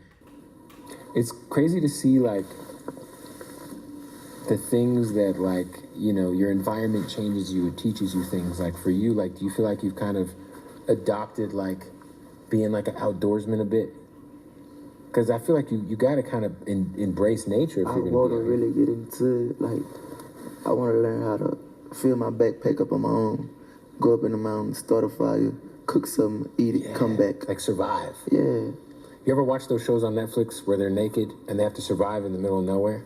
I glanced at them a couple times. It's intriguing because you'll see how they start fires. You see how they, like, they'll catch fish. So you might, that might be a nice little side mission for you, just to kind of, you know, hey, we're gonna go to the forest for a day. We're gonna camp. We're gonna catch our food. I had a bobcat jump out on us up there one day. A bobcat? What happened? Did it run off? Man, that bitch tried to get to the can now. That bitch literally tried to run into it. It was me and Lil Dump. Did it run off? Did it survive? I even looked to see where it went. All we seen was it covered out the bushes. I'd be worried about bears, bro. Have you seen any bears up here? No. I really think I saw a big print before. So those bears are the ones, because they'll come in the house to look for food. I hope that don't never happen. Have you ever watched that Leonardo DiCaprio movie Revenant, where he gets attacked by a bear from behind and he just gets fucking destroyed? No. It made me scared of bears forever. I'm an animal guy. I would like to pet a bear one day. You know?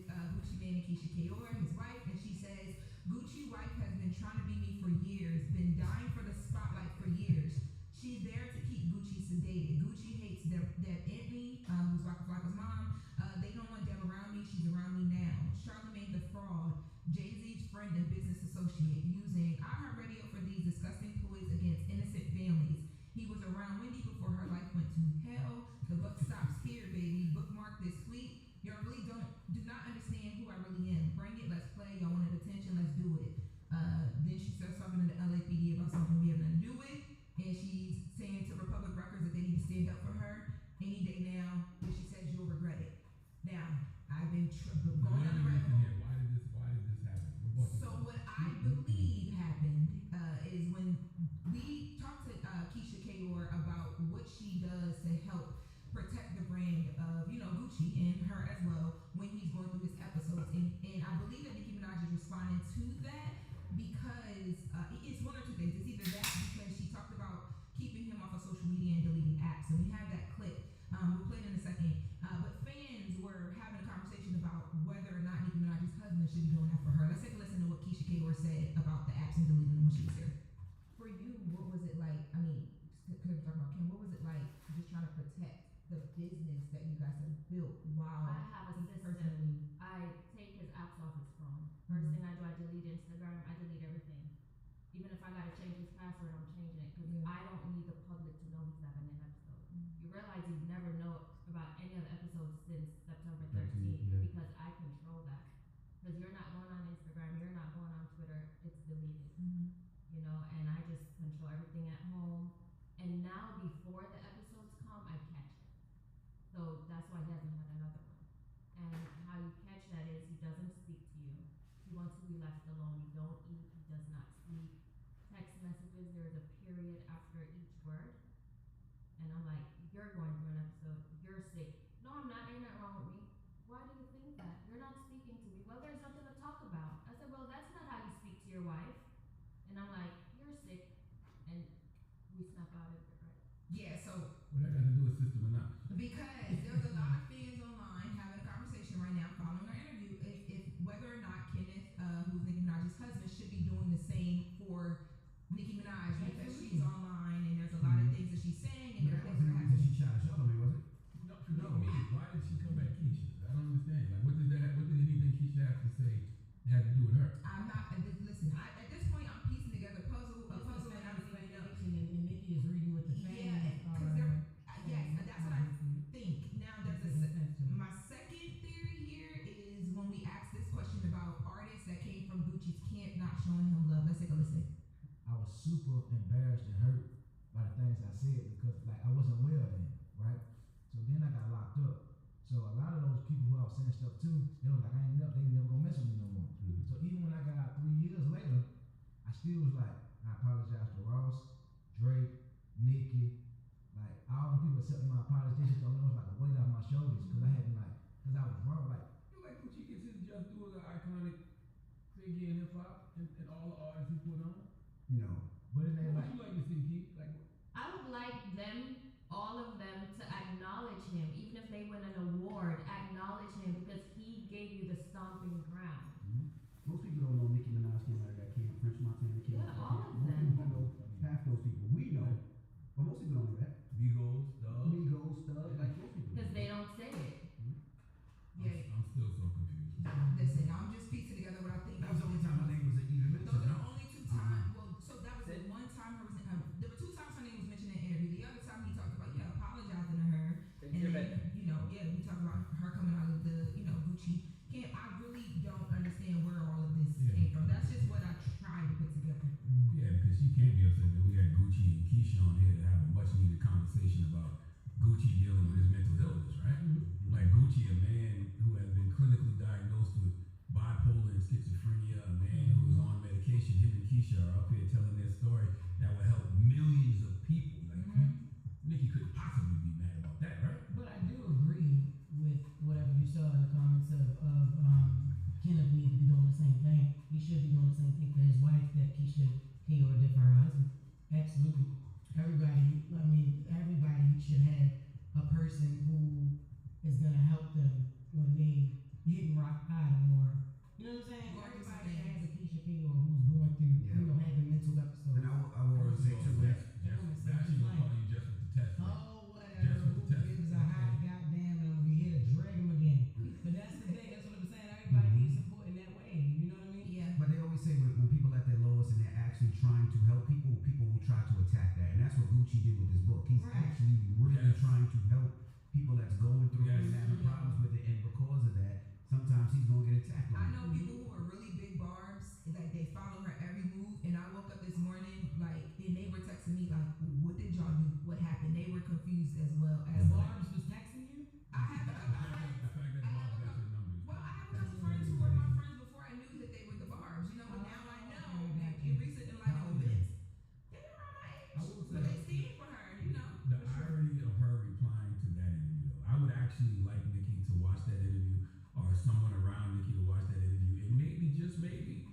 the help she needs. I'm sending Nicki Minaj healing energy.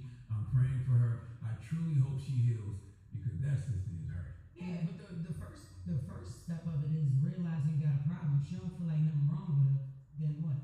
You know what I mean? Because she probably feel like ain't nothing wrong with her. Yeah. When you're not aware, when you feel like ain't nothing wrong with you, it's hard for somebody to even help you anyway. And that's the beauty of Gucci Mane's book. When you read Gucci Mane's book and you see that a lot of the erratic things he used to do, the crazy tweets that came out of nowhere, those were all him having manic episodes. Like, and also what Gucci said was getting people around him that were there to help him. Yeah. He said there were a lot of people there that were making his situation worse, almost encouraging it. You know what I mean? So to get those people away from him was probably one of the first steps that he did. Yep. Yeah. Well, Keisha K. Lord posted in a more positive light yesterday and just said that there were so many people who were flooding her DMs that, you know, either were being a caretaker or a loved one of someone going through those things or going through it themselves. And she says that, you know, she felt the impact from the Breakfast Club interview. So many people reached out and she actually posted a link on allthingskishakor.com, and she says that you can click on this session to discuss mental health for yourself or loved ones. So she's trying to help people as well now too. Right. In addition, so shout out to Keisha K. and Gucci on everything. You know, that's happening. I love being the boogeyman. I really do. I have no problem being the bad What guy. did you do? He always does. I just show up. That's enough. And I promise you, if you think I'm the Illuminati now, you just wait. You just wait. You about to get a casino? God gonna show y'all something. Oh my God. You just wait. All right. Okay. That is the latest with the sound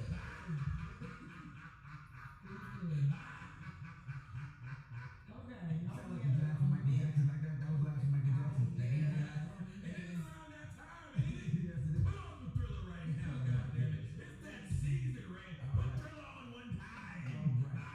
That is the latest with When we come back, we got front page news. Real quick. What's wrong with you, man? Oh, and happy anniversary to Nicki Minaj and Kenneth. It's her anniversary. Happy anniversary. Yep. Happy anniversary. It's the Oh, breakfast. it's Judge Judy birthday. How about that? She That's think- something. you know, Every day I wake up, wake your ass up. The Breakfast Club.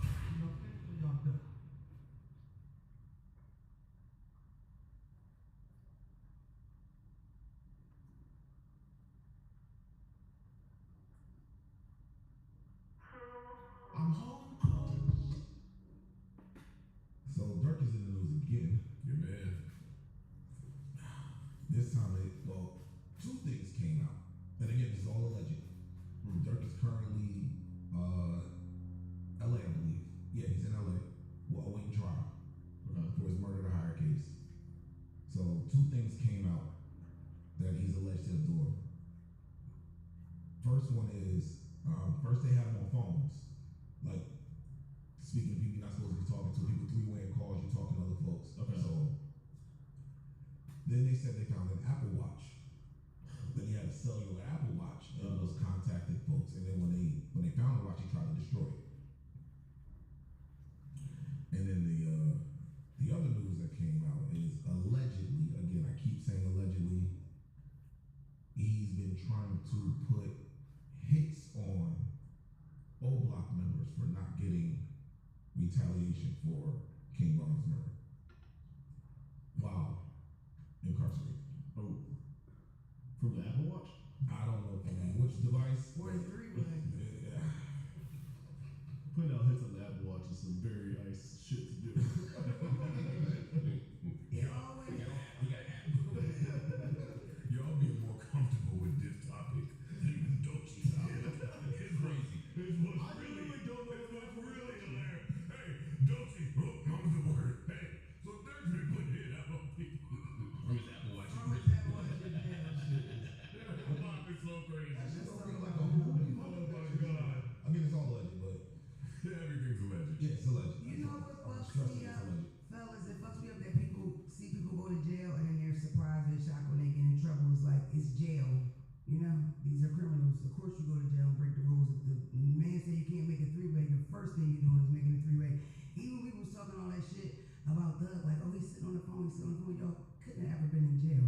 Like, that's what motherfuckers do. They sit on the phone and you get comfortable and you forget that the person in the beginning says this call will be recorded. It's just real shit. You know what I mean? Him, I was so disappointed in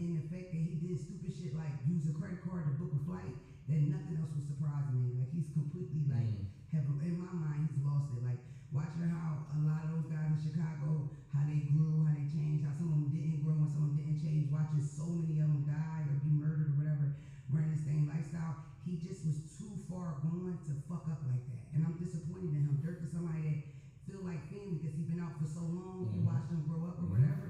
So and then he went through different phases, his little days, low front, whatever. So to see him back on top with the rapping, you know, even with him being with the lady he got kids with and having a family and all that, to see this nigga book flights for niggas on his personal card, it's just like you just like what the fuck? Like I just think he's stupid. I'm disappointed in him. Like you could have 50 niggas booked on flights other than you. It's sick already that you even cared enough. You know what I mean? Or the fact that you couldn't let it go as a man. Like, okay, you can't let it go as a man, you gotta do this. Why not do it like smarter, not so fucking sloppy. Like it was just stupid. Yeah, I agree. I'm disappointed. They feel like my cousin or something. Shit. Finish your I'm drink. disappointed in him. You happy? How did you write it? Huh? No. I heard he took shahada and became a Muslim because his father. You happy that you got a People drink? I've ever written.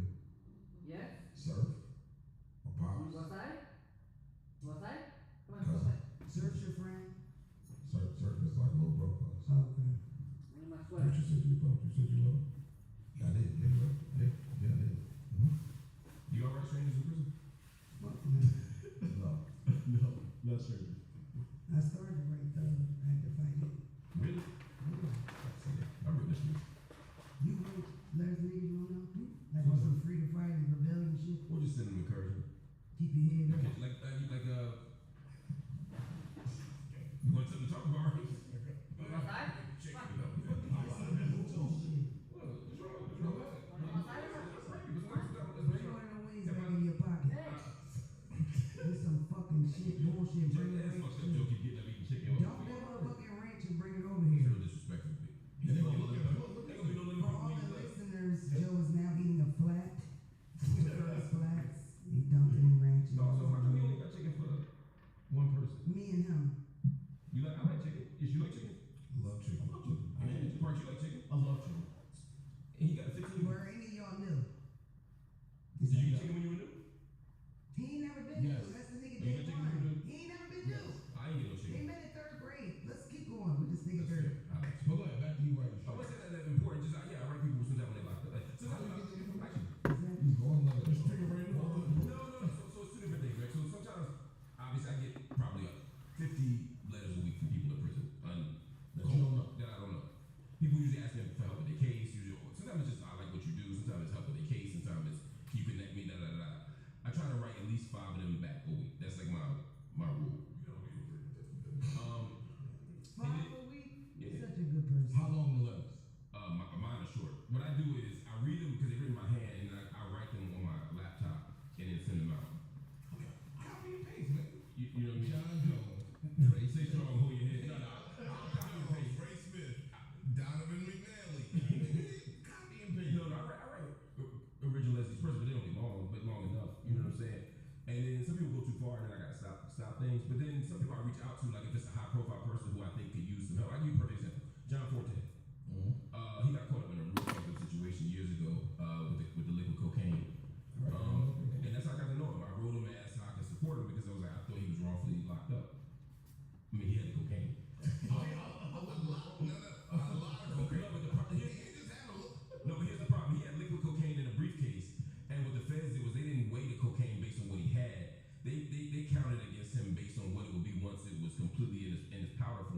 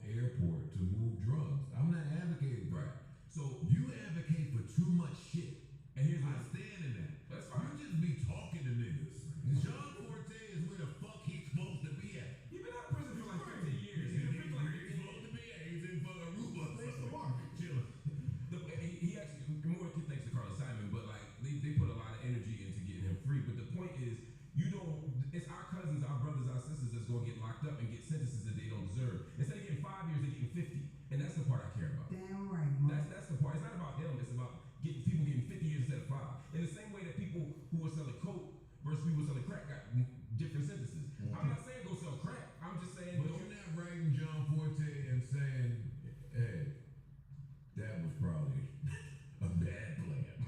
You write him saying, hey man, that was wrong, the time that they gave you. No, that's not what I did. What I asked him was, I connected with him initially to see how I could get with his legal team so that we could work with the ACLU and other people. One, to get him less time, but more important, to set a standard where they can't go around giving people, where the state can't go around giving people that much more time for something they didn't do. Right. That's all. Mark, whatever, bro. Whatever. I don't give a fuck. That's right. I ain't about to sit here and pretend like I give a fuck. You're doing great work. Yeah. Thank you. You fighting a good fight. Thank you so much for what you do.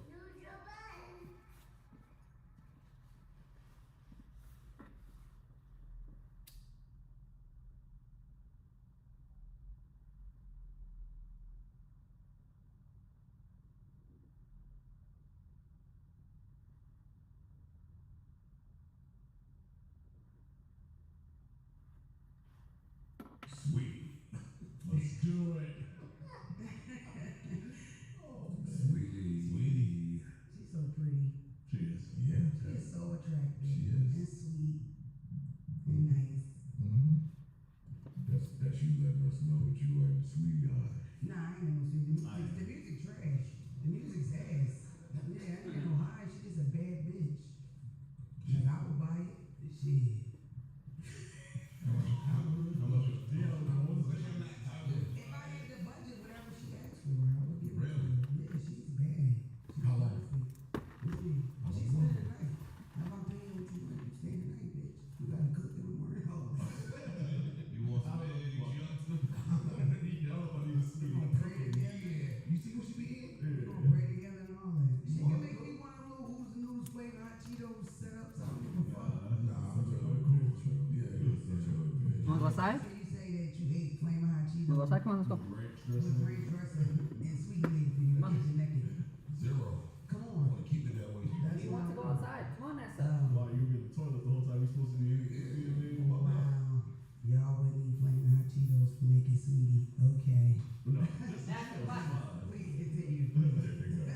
Exactly. So what happened? So the gentleman in question is, pardon me if I'm ruining the name, Jaden Sancho. Okay. All right. And he's from one of the biggest soccer clubs in Europe. Okay. And he apparently makes. That's shot cheap ticket. Sure. He's a football player. He makes a whole lot of money. Yes, he makes a whole lot of money. And Sweetie's alleged madam is outing her because she owes her money. Sweetie owes her madam money because she introduced you to this gentleman, took you to the game, made the link. She's accusing Sweetie of falling in love with homeboy, making the subject her boyfriend, running off and not paying her madam. Let me ask, how does that work? Did she pay the first time and she just ain't pay no more, or what? According to the madam, she's only owed money from this person, from this gentleman. But I mean, is it a From this one-time fee transaction. or is Yeah, that's what I'm saying. Like, so the madam is making it sound like they have done this quite a bit. And she's saying, if you don't pay me my money, then we're gonna have some real discussions on the sideline about all the business I brought your way. And how you've been the quote-unquote girlfriend for so many of the celebrities that I've introduced you to. The madam business. We should explain that for the people out there, because it's people that have no idea what we're talking about, because we're all dirty, rotten scoundrels.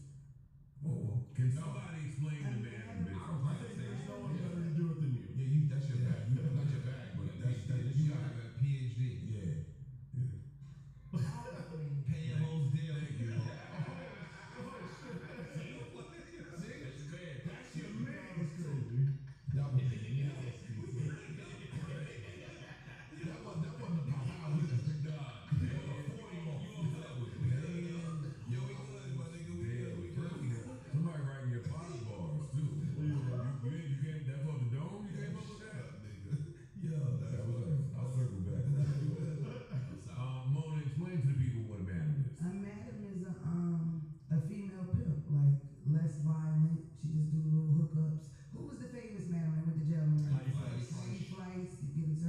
check it out. But that's really all it is. And to answer your question, I would assume that it was for the initial hookup. Because of shit like this, they know that kind of stuff is common. But the way when she was out with her, she kept saying, I made those connections for you. So I'm assuming just connecting it to the guy, you know. So Sweetie's madam says, and I'm just reading this, let's try to keep up together. She says, cocaine, witchcraft, and liquor is one hell of a mix. Sure is. Send me my bread, home wrecker at Sweetie. I tried to be nice, nice don't get you nowhere. She then posts another video and says, hey Sweetie, I see you playing internet games on Beyonce's internet, child. Let me know how you want to play this. I'm either going to receive my money from you, or I can start addressing some of them rumors at TMZ.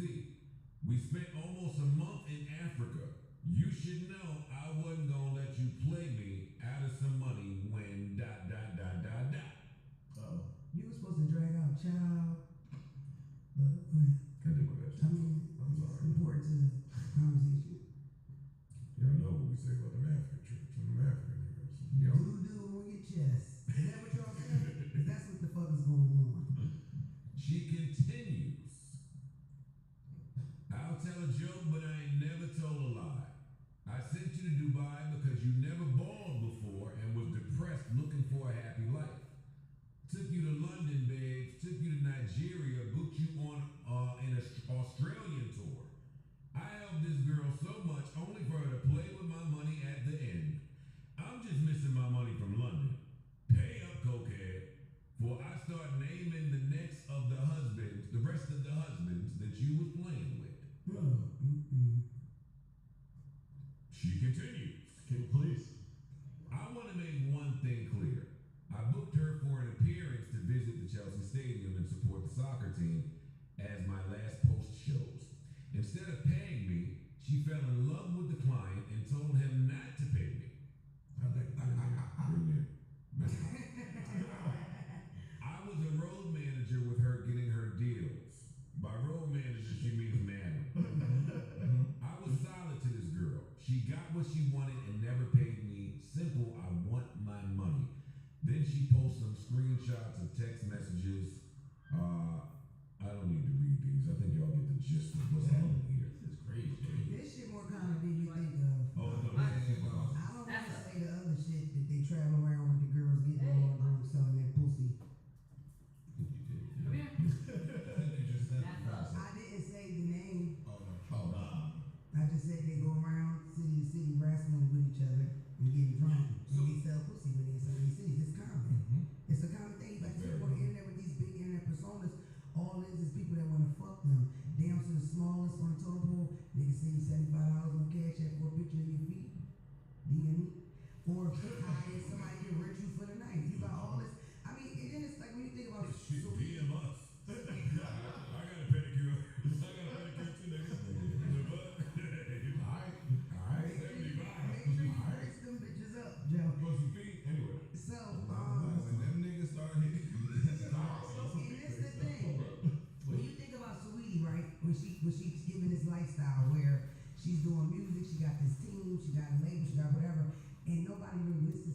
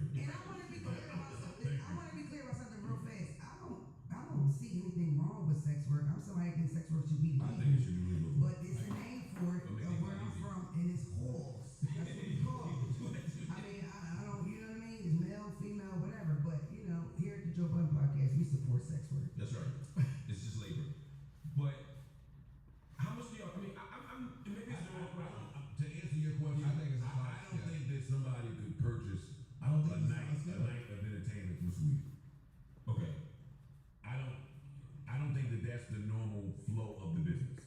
That's what I'm confused. That's why I don't understand. Why do you think that? It's a date. Well, It gotta be somebody. I think there's a high Because the higher the clientele, so I hear, exclusive. it's not really a one-off type. It's not a one-off type of thing. y'all hanging out. But yeah, y'all It's are. not just fucking leave. Yeah, you here for? I'm booking you for a few weeks, A weekend. a month, A weekend, a week, whatever the case No, is. Rich niggas no, we alone. running around for a little while, like, and it just look. I mean, however you want to interpret that. We're gonna run around. I'm gonna shop. We're gonna hit the club. There's gonna be bottles. There'll be secrecy. You'll bring other girls. We're gonna have a time. Sign me up.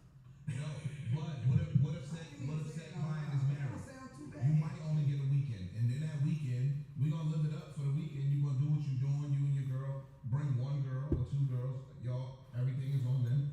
But I don't know if it's not a one-off. It could be a one-off depending on how much money the nigga got.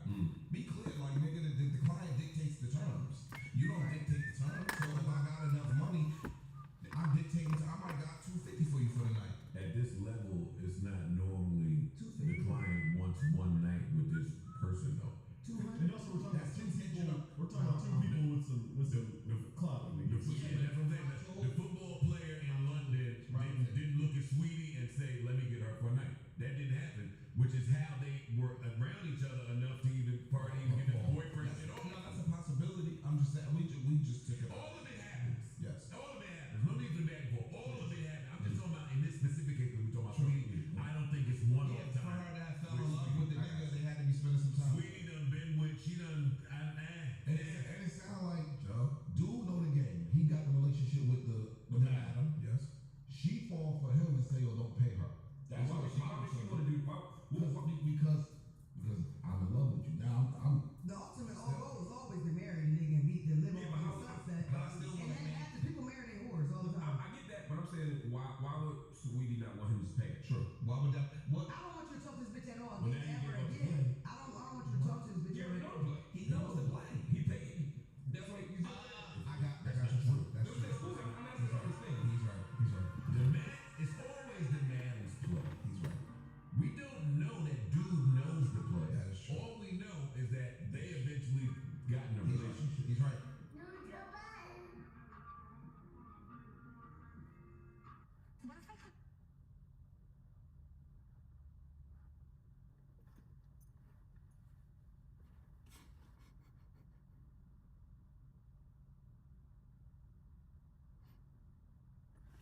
Alright, guys, I gotta get back to work. Stream shit The crickets. great news broke about the lawsuit.